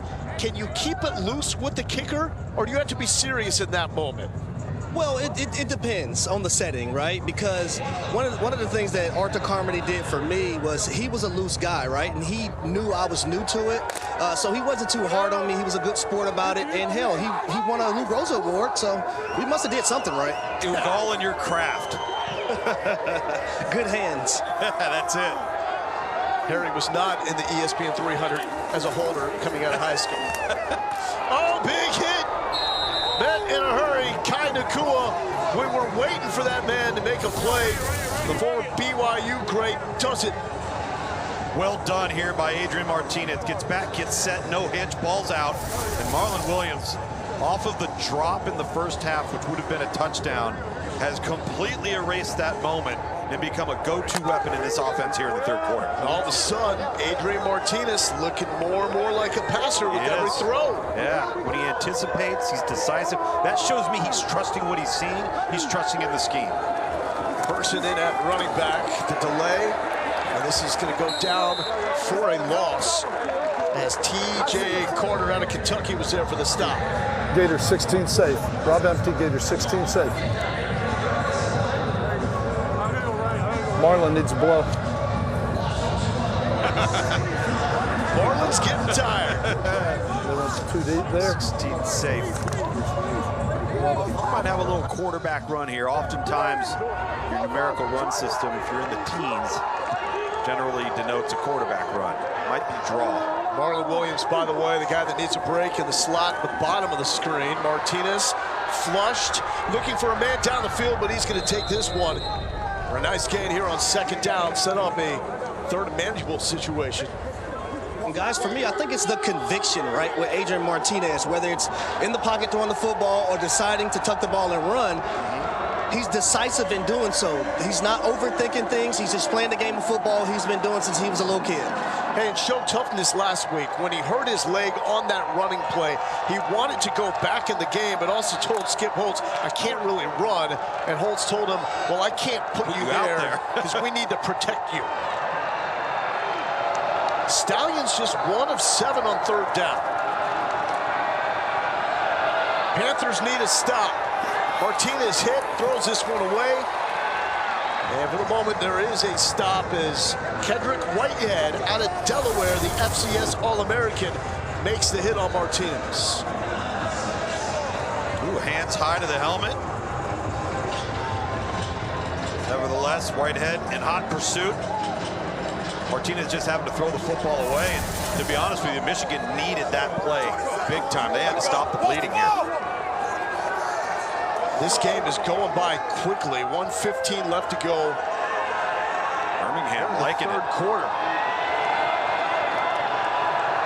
Birmingham liking the fourth down option here. Going for it on a 4th and 6. Crowd's getting loud. Gotta like that as well. Play game. All right, and we got a flag down. Play game. Offense. 5-yard penalty. 4th down. So take the delay. Give your punter a little more room to work with. What do you think? Okay, so that's what I was trying to get to. Lou, Hawk 40, and then we're in Leo. You know what I mean? Which Leo, they go to zone and they're not traveling. And now we've got everything over there and we don't have the out cut. That's what, okay, I'm trying, so I'm calling Lou Hawk 40. I'm trying to call it out at 2x2. And if I go 3x1, I'm going roller. Did you hear Leo? Yeah, I wouldn't have called. Oh, I'm not saying you did. I'm just. Devin Gray fields it from the 10, gets it up to the 13. Well, one more game tonight to wrap up UFL Week 2, and then we move on to week number 3. And Saturday, it's going to be the DC Defenders against the Arlington Renegades. DC Defenders need a win in the late game to avoid an 0-2 start. They were the darling of the XFL last season. Memphis Showboats, heartbroken against the Brahmas yesterday. They take on Birmingham. And then next Sunday, Houston and Michigan right here from Ford Field will be on the call. St. Louis, San Antonio wrapping things up at 3 Eastern on ABC. How big is this drive, Luke, for the Panthers? It's absolutely huge. They've got to get back to getting the explosive plays and pushing the ball downfield. Perry almost jumped and taken the other way by Mark Gilbert. Not the way you want to start a drive. Mark Gilbert closed. He came out of his pedal and closed downhill on that. And Perry's not late on this throw. It's just good coverage. Here we go. Rex Trigg, Rich Snake, wide. That's where the wide receiver goes back to the bench the next time and say, hey, he's jumping the route. Let's double move him. Double move him. There's a lot of talk that Gilbert could have been a first-round pick out of Duke, but hurt his hip in 2018. That derailed him. Strong here, though. A little screen play. A mini hurdle. And a good chunk there for Nate McCrary. And that brings us to the end of the third quarter. A lot in play. The game, of course, And the total at 41.5. Woo, it's getting good. Get it out your mind. 17, let's play. Let's play. No one's catching him! No one's catching him! Hey, that's how you respond! That's how you respond! Great job! Great job! Great job! Great job, Ryan! I really like that last play call by E.J. Perry and the Michigan offense against this Birmingham defense. It was a screen. I think we could see more screen and more success on that level. There's McCrary. McCrary with the carry out of D2 Saginaw Valley State, where he had nearly 2,000 rushing yards in his career. And I bring that up, Lowell, because there have been 25 dropbacks so far for Michigan on offense. 9 pressures, 3 sacks, and 3 batted balls. They've got to do something to neutralize this pass rush for Birmingham. Perry is showing he's got the ability to just win. Rip, glow, select, on one. Ready. Threw 2 picks last week, also had 2 rushing touchdowns, did enough to get Jake Bates in range for that 64-yarder. Has not been necessarily clean by any stretch of the imagination. He's got Michigan in position to make a run here. Another low throw. It's complete to Trey Quinn. What are you making of the low throws, Harry? Well, right there, it was warranted, right? You're throwing the ball in the middle of the football field in traffic. Want to make sure your guy's the only one that can go down and catch that football, and the DB doesn't have an opportunity to go over his back and bat it down. Well, and then Liz money on one. Ready. Also, Harry, too, you avoid that potential batted ball that goes up in the air and is intercepted behind you. Yep. 3rd and 3, need it here. Perry pump fakes, and that ball is skipped. It's going to set up a 4th down as he was looking for the SMU Mustang, Trey Quinn. Now, that wasn't good. That play, that was not intentional. And what they're trying to do, you're trying to high-low the underneath defender. If the underneath defender goes with the mini post behind it, then you throw it to the guy that's hooking up. It's just a bad throw by E.J. Perry. Yeah, and he knew it. You could tell it came out of his hand awkwardly. One hops it. And that's kind of been his style of play. He's been up, he's been down, he's been somewhere in between. Was only the 2nd player from Brown ever invited to the combine. Ran a 4.65. He's an uber athletic quarterback. You surprised we haven't seen him run more? A little bit, yeah, a little bit. Here's Rogers tripped up. Birmingham with an 8-game winning streak dating back to last season in the USFL, holding on to the 7-point lead with 13 and change remaining. Welcome back inside Ford Field. I'm alongside quarterback E.J. Perry. E.J., what did you see on that last play? Did it slip out awkwardly? No, they were in cover 2. We had an option route. I misread his body language, trying to sit him down with it, and I just threw a bad ball on double clutch. I either got to throw it to my back or trust him on the body language. What are we looking at here? Yeah, this is just the play. They go too high. The guy gives enough depth to throw it to Trey, and I just didn't trust it, and double clutched, and then made a bad throw. How do you get this going offensively? Yeah, just trusting stuff. Guys are making great plays. Our defense is making the plays that we need us to make, and I just gotta trust things better and continue to go and continue to push the ball downfield. Good luck. Thank you. Thank you. 15 yards right there from Matt Corral to Dion Kane. Low, I love the route too. Spray, in cut, come back downhill to the top to make sure you're the only guy that can catch that ball. Great job by Dion Kane.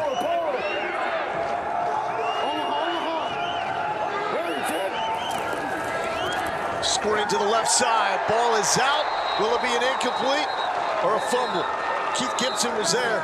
Smacked Gary Jennings. That's going to be incomplete. Good. This big line to work with. Yep, clearly incomplete. Forward pass, big line helps. Clock should be on. Dean Blandino in the U.S. Army Command Center. Florida, 47 safe on one. Clearly incomplete in his eyes.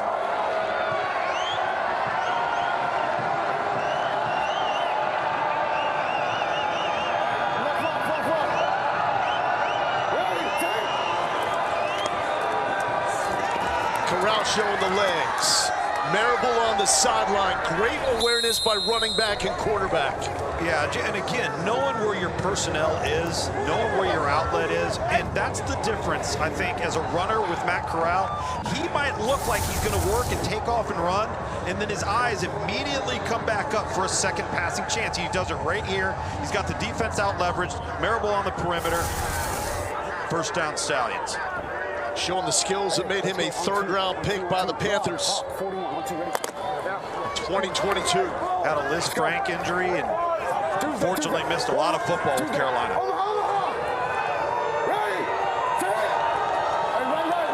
Pressure coming from the right side of the O-line for the Stallions, and it gets home. Corral, though, makes a great play just to avoid the sack as Whitehead was there. Here we go. Let's go Rio. Let's go Florida. Rio Nasty, Florida 45s. I want to swing the back. Okay. And I want to go out here to the field. I want to go Zodiac. Rio Nasty, Florida 45, Zodiac. We got Rio Nasty, Florida 45, Zodiac. Hold on, right? Swing. Got me? Swing. Right. Corral. Omaha.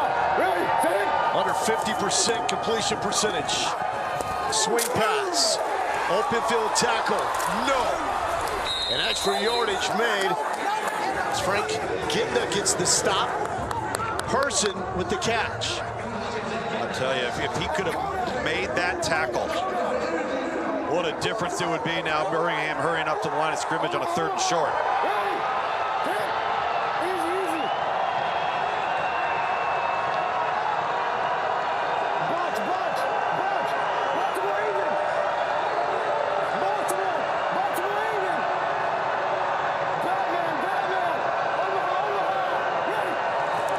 Urgency of the voice of Corral.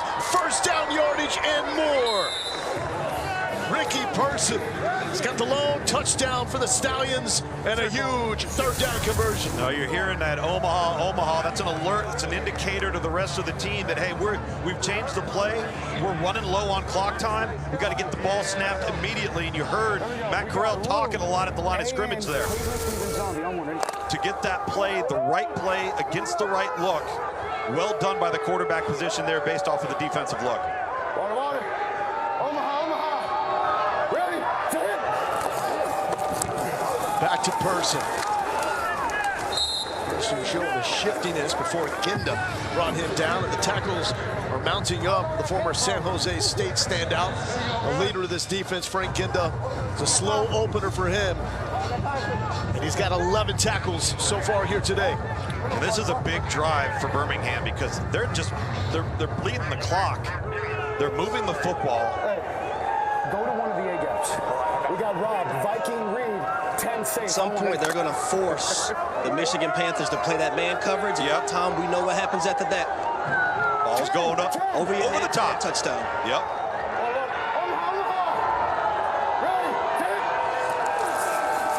Corral's going to run. Person gives him a block, lowering his shoulder, nailed by 2 Panthers defenders, Ginda and Ballard. Oh man, Corral showing the toughness. Now look at this. He said go in the A-gap. He's talking to Marable right here, and he's telling him to get in there as the lead block. Now watch what happens as we play it. That's why he gave that direction to Marable right there. Now he just follows his lead. So you got delayed quarterback draw with the lead blocker, well executed, good communication. That's what Skip Holtz was talking about with Marable. Not sure if he does any one thing elite, but does everything at an extremely high level.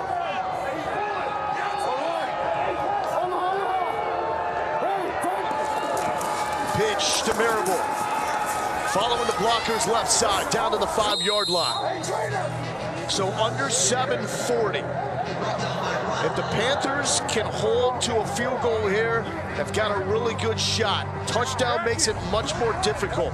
Remember, in the 4th quarter, if your team is trailing and you score a touchdown, you have the ability to go for it on a 4th and 12 from the 28-yard line to keep possession. 10th play, Panthers need a stop.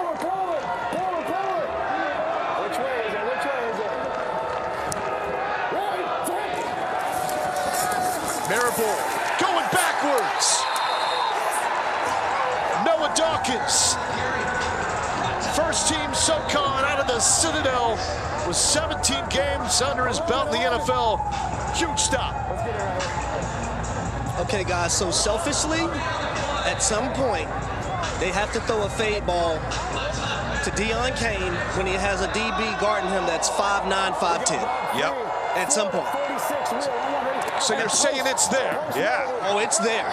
Yeah, and you've got Nate Brooks and Levante Taylor, who are both, as Harry said, on the shorter side versus big targets for Birmingham. Corral slips through one tackle, eyes up, looking end zone, the throw, picked off! Game changer, Keith Gibson. That's how they roll at the Crew. Former D3 All-American out of Mary Hardin Baylor. And he's got the Panthers in prime position to pull off the upset of the season. Corral beat the initial pressure, but it could not beat this man. Panthers back in it. Welcome back inside Ford Field, where I am sitting alongside the man who came up with a huge play on 3rd and 8. Keith, take me through what you saw. How did you find perfect position to get the INT? Shoot, we just know that the QB likes to get out the pocket. They try to like to extend plays, so all week our coaches been preaching just plaster, plaster, plaster. And sure enough, you know, we came up with the interception right there in the goal line, so it was a good stop. You guys have been relentless defensively all game. What's working for you?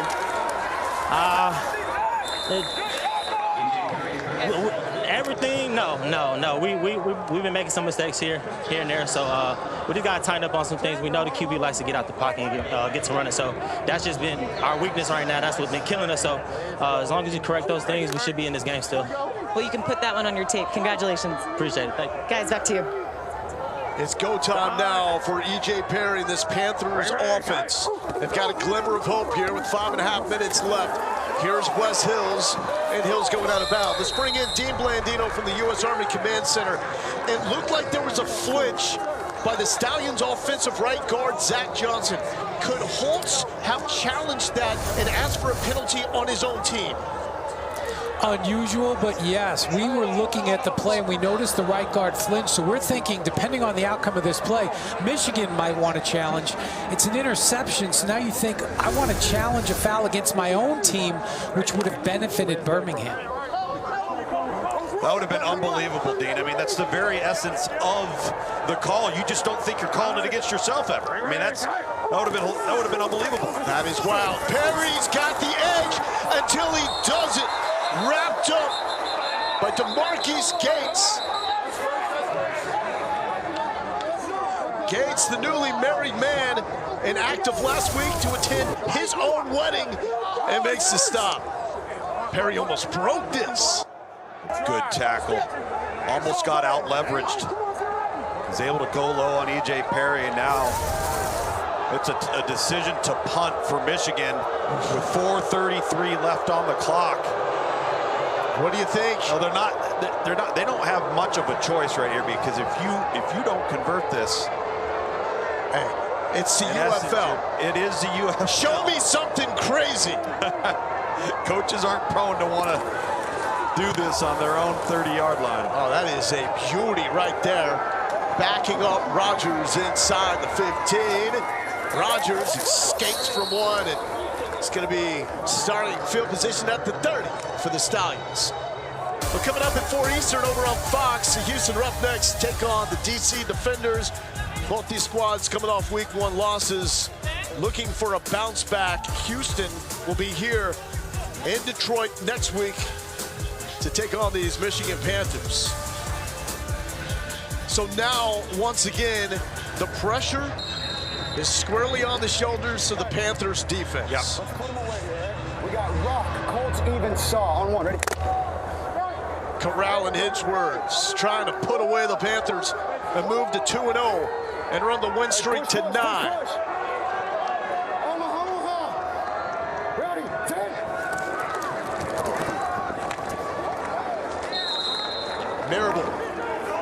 yards gain on first down. Also in play is the total. Anchor under closed trees. Anchor under closed trees. Get with it again, boys.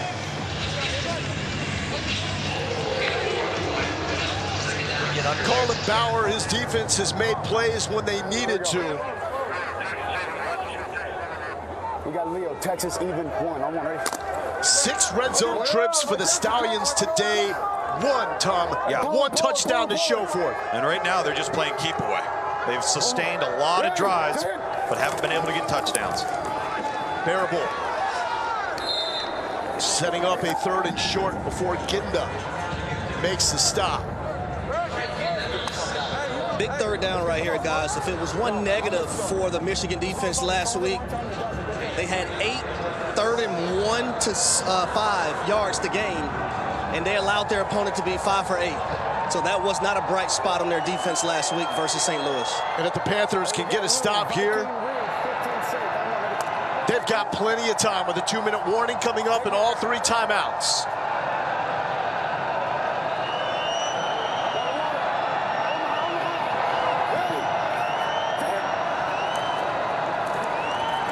Run all the way. It's going to be close. Stop made by Rondell Carter. I think he's short. Looks like by a full yard.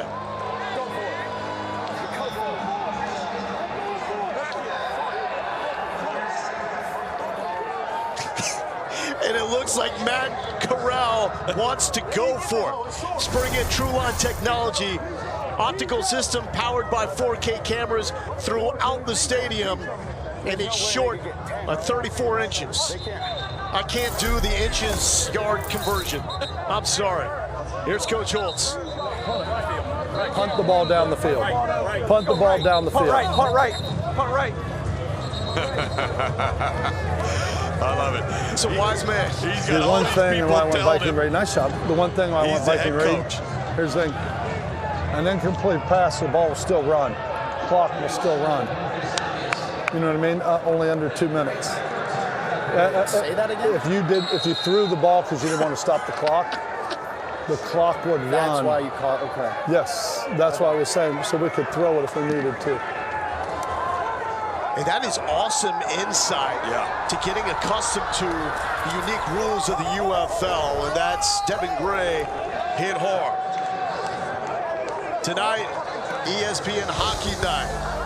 Nathan McKinnon of the Colorado Avalanche, hosting Jason Robertson and the Dallas Stars.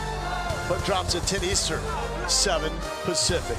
Don't you just love Coach Holtz's tone, his demeanor, how he interacts, the questions he's asking his guys, and the explanation of what he's trying to do. I mean, what a lesson right there on the clock in terms of why he made the call. The quarterback wasn't aware of it. Didn't show him up at all. No. Just simply told him. So next time, he's going to be aware now. 2:25 left. E.J. Perry and the Panthers need a score. Backside pressure picks it up just in time to Sewell. Sewell to the 30, still spinning. And a good pickup on first down. A down that the Panthers have not won today, and that was a big point of emphasis coming into this matchup. Will they try to get a snap off before the 2-minute warning? I don't think it's going to happen. And there is the whistle for the 2-minute warning. The Birmingham Stallions, ESPN Bet's favorite to win the inaugural UFL Championship.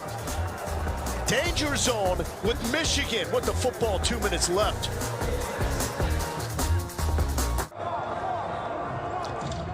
Coming up next on ESPN, it's Bird and Taurasi. Get to watch along with them in the national championship game. Caitlin Clark in Iowa taking on the South Carolina Gamecocks, undefeated on the season. The Michigan Panthers right now in the position of Clark and the Iowa Hawkeyes. To be the best, you must beat the best. And the Birmingham Stallions are the back-to-back USFL champs. Winner here stands alone atop the USFL conference standings. It will be a 2-0 mark. 2 minutes for E.J. Perry. Perry goes down. Tillman makes a stop.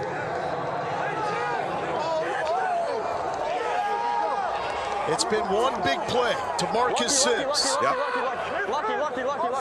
A 76-yard touchdown. Longest play in the UFL this season. Lone touchdown for the Panthers. Perry feels the pressure and is up. Showing off that Ivy League athleticism. There's a hit. Flag down. Scooby Wright may have got there too late. Okay, good. So let's just get a dead ball spot. 38. And we got, what's the number on the foul? 33, 50 plus 15 from the 38. Yep, very good.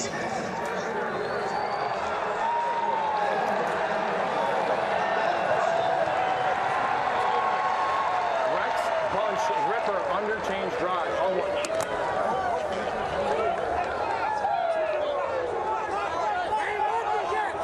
So an extra 15 after the hit by Scooby Wright. That's a killer penalty, Lowell, and really just looked like E.J. Perry was giving himself up. Think about the opportunities the Stallions have had to put this one away. Yep. Multiple chances in the red zone. Keith Gibson, though, the defensive play of the game for the Panthers to erase points. Perry is sacked. Getting home is the Nebraska Cornhusker Carlos Davis. Davis had a monster week last week in the opener against Arlington, playing on the inside. And he just works and works and works. They try to set up a line stunt, and that's just effort. That's effort and hands and finish and closing to the quarterback. Tom, they also call it 6'2", 312 pounds. Hard to deal with. Yeah, he's a handful. Played with his twin brother Khalil back in his days at Nebraska. He had a big play last week on the very first drive defensively. Fumble, recovered by Mark Gilbert. Also a guy with 12 games in the NFL on his professional resume. Second and 18. Perry, there was a spin move inside. It could be a high hit on the quarterback. It looks like Taco Charlton may have made contact to Perry's helmet. Gotcha. Personal foul, roughing the passer. Defense, number 54. 15-yard penalty, automatic, first down. This is just a silly penalty from Taco Charlton. Unnecessary. Comes off the spin move. Get your hands down. Completely unnecessary. Hurt your football team. So, two 15-yard penalties on the Stallions defense on this drive alone. 1:18 left. One timeout for the Panthers. The clock will stop a la college rules. Sideline, beautiful execution there. Complete to Trey Quinn. I get it, guys. You want your defensive line and your defense to be aggressive, but at the same time, you want them to be smart aggressive. Yeah. Well, and understand the situation. Exactly. Swap select after. On one. Ready. On two. What's the direction? Rip. Rip. Tell him to slide right. Slide right.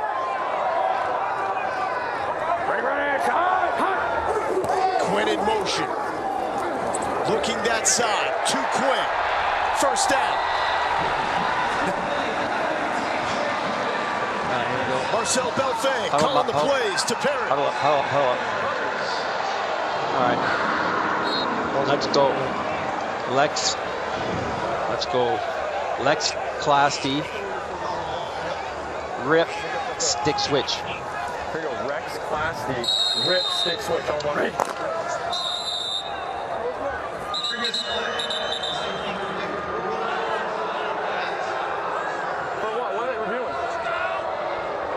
The receiver at the top, since we're inside 5 minutes, we can look at that.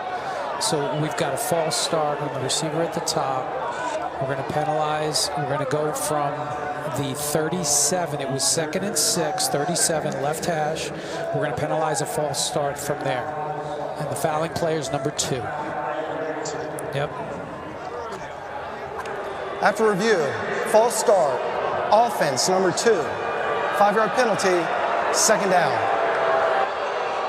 So that goes against Jordan Sewell on the play in which Trey Quinn converted the first down. Dean Blandino looked at it in the U.S. Army Command Center. You'll see at the top of the screen, right here, we've got movement before the snap. And it's clearly there. Clearly there. Very similar to what we saw from Birmingham in the offensive line that was not called, could have been challenged. Here we go. We're going Rex, Trey. You're going to have an Oscar. Dagger, select on one. Ready? Rip.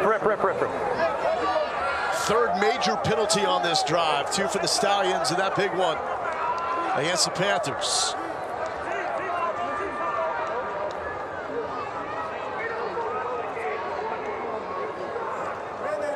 The under, by the way, looking pretty good.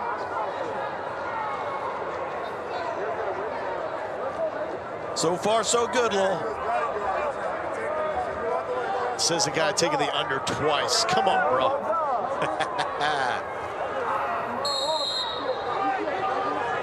1:14 left. Birmingham was favored by 4.5.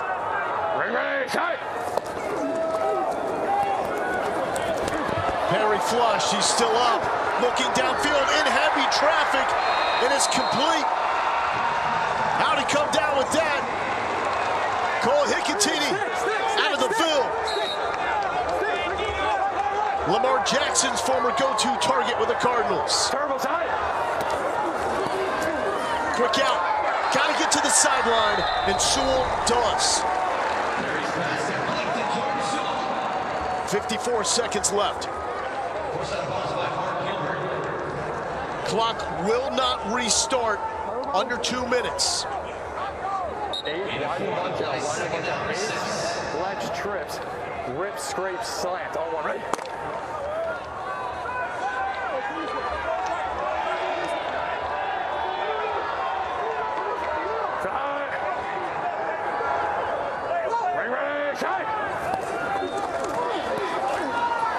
In traffic and broken up by Gates. Gates is having a strong season debut for the Stallions defense. He is. He's been all over the field defensively.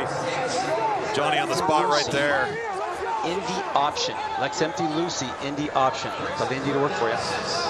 Here we go. Lex empty, Lucy, Indy option on one. Ready? 3rd and 7. Obviously, 4-down territory here, trailing by 7.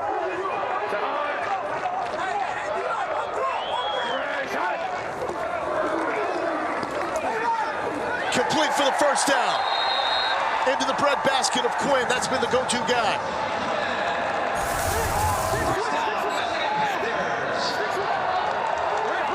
The fantastic route by Trey Quinn underneath. 40 seconds left. Perry, sack, throws it away late. Carlos Davis does it again. The clock. Dean's taking a look. He's clearly down. So that's Michigan's last timeout.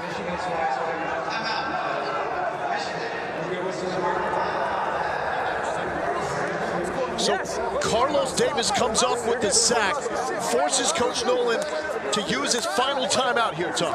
Yeah, and to be honest with you, this is also on E.J. Perry. You've got to get that ball out of your hand. You've got to get the ball out of bounds. It's too risky. You've got to understand the situational awareness and where you are on the field, what timeouts you have left, and where the clock stands. Situational football, guys. Yep. Got to understand the situation, about the clock, how many timeouts you have, what you can and cannot do. Right there, that was a bad mistake by E.J. Perry. And Harry, now you're limited in your play call selection because the run game is almost eliminated. 100%. And also, if you get into a situation where you want to throw the ball in the middle of the field, you can't really, I want to say, do that now. Yeah, that's right. 30 seconds, no timeouts for E.J. Perry. Is there more Michigan magic? Looking sideline, incomplete, looking for Devin Gray. Lorenzo Burns out of Arizona in coverage. Lorenzo Burns did a nice job with the left arm, kind of arm-barred him and steered him into the sideline and didn't really leave much room for the quarterback to throw the football. Uses the sideline as a 12th man.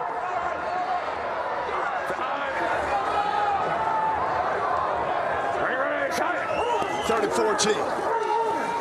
Perry's got to get out of trouble here. Look for the sideline. Finds the sideline at the 15-yard line. There's 20 seconds. But more importantly, it's 4th down coming up. They got to find the winning play call here.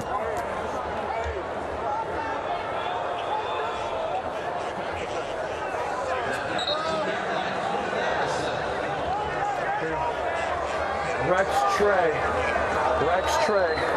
rip, chip, flood steam on one, ready?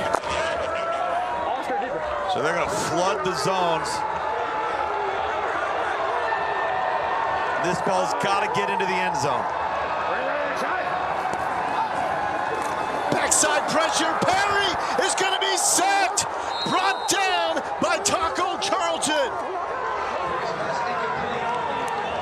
They're calling it incomplete, but that will effectively end this game. That is D1 talent off the edge, and a former first-round pick of the Cowboys making the ultimate stop. Well, and essentially they didn't block him. He comes off the edge here. He's the best pass rusher on the unit. And once again, the offensive tackle, number 77, Ryan Pope, he did this earlier in the first half. He's doubling inside on the inside rusher when he should be one-on-one out on the perimeter blocking Taco Charlton. That's a bust up front for Michigan, forcing the quarterback to evade and escape the pocket. And Taco Charlton, Lowell, making up for that penalty and the personal foul hands to the face earlier, which extended that drive. This is just a team with championship pedigree. Skip Holtz has won back-to-back USFL titles. After they take a knee here, it's going to be 9 straight wins going back to the USFL last season, showing why ESPN Bet has placed them as the team to beat in this United Football League. By the way, the under hits. Oh, of course it did.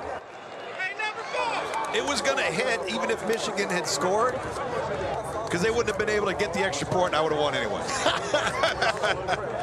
So Birmingham, with the win, moves to 2-0, and Skip Holtz and his Stallions now stand as the USFL Conference leaders, all by their lonesome. We'll have more from Ford Field, where the Stallions roll on.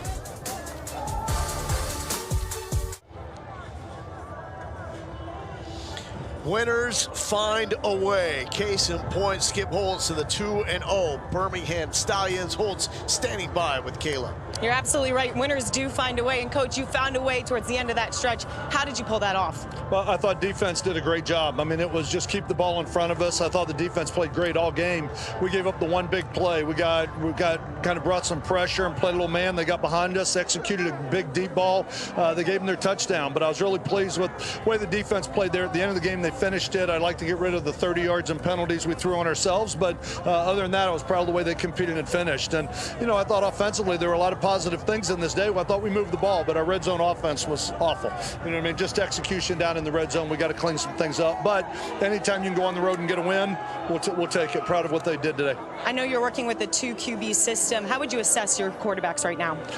You know, I think both of them are playing really well. Both of them are playing very efficient. There was one, you know, we might have missed a little thing here, missed a little thing there, but they're protecting the ball. They're doing a nice job of running the offense. They're cheering for each other. They're both here to get film. They're both being productive. They both move the ball up and down the field. So I think we're going to need them both before this is all over, and I want to get both of them as much exposure and experience early as I can as we're putting this thing together, because it's not a sprint. You know what I mean? It's a 10-game race, and what we're trying to do, and we're trying to develop our football team and bring them along. I think they're doing a really nice job. You won this race today. Congrats on the win. That's all we wanted to do, 1-0. That just find a way to win one. Giddy up. Harry, take it away.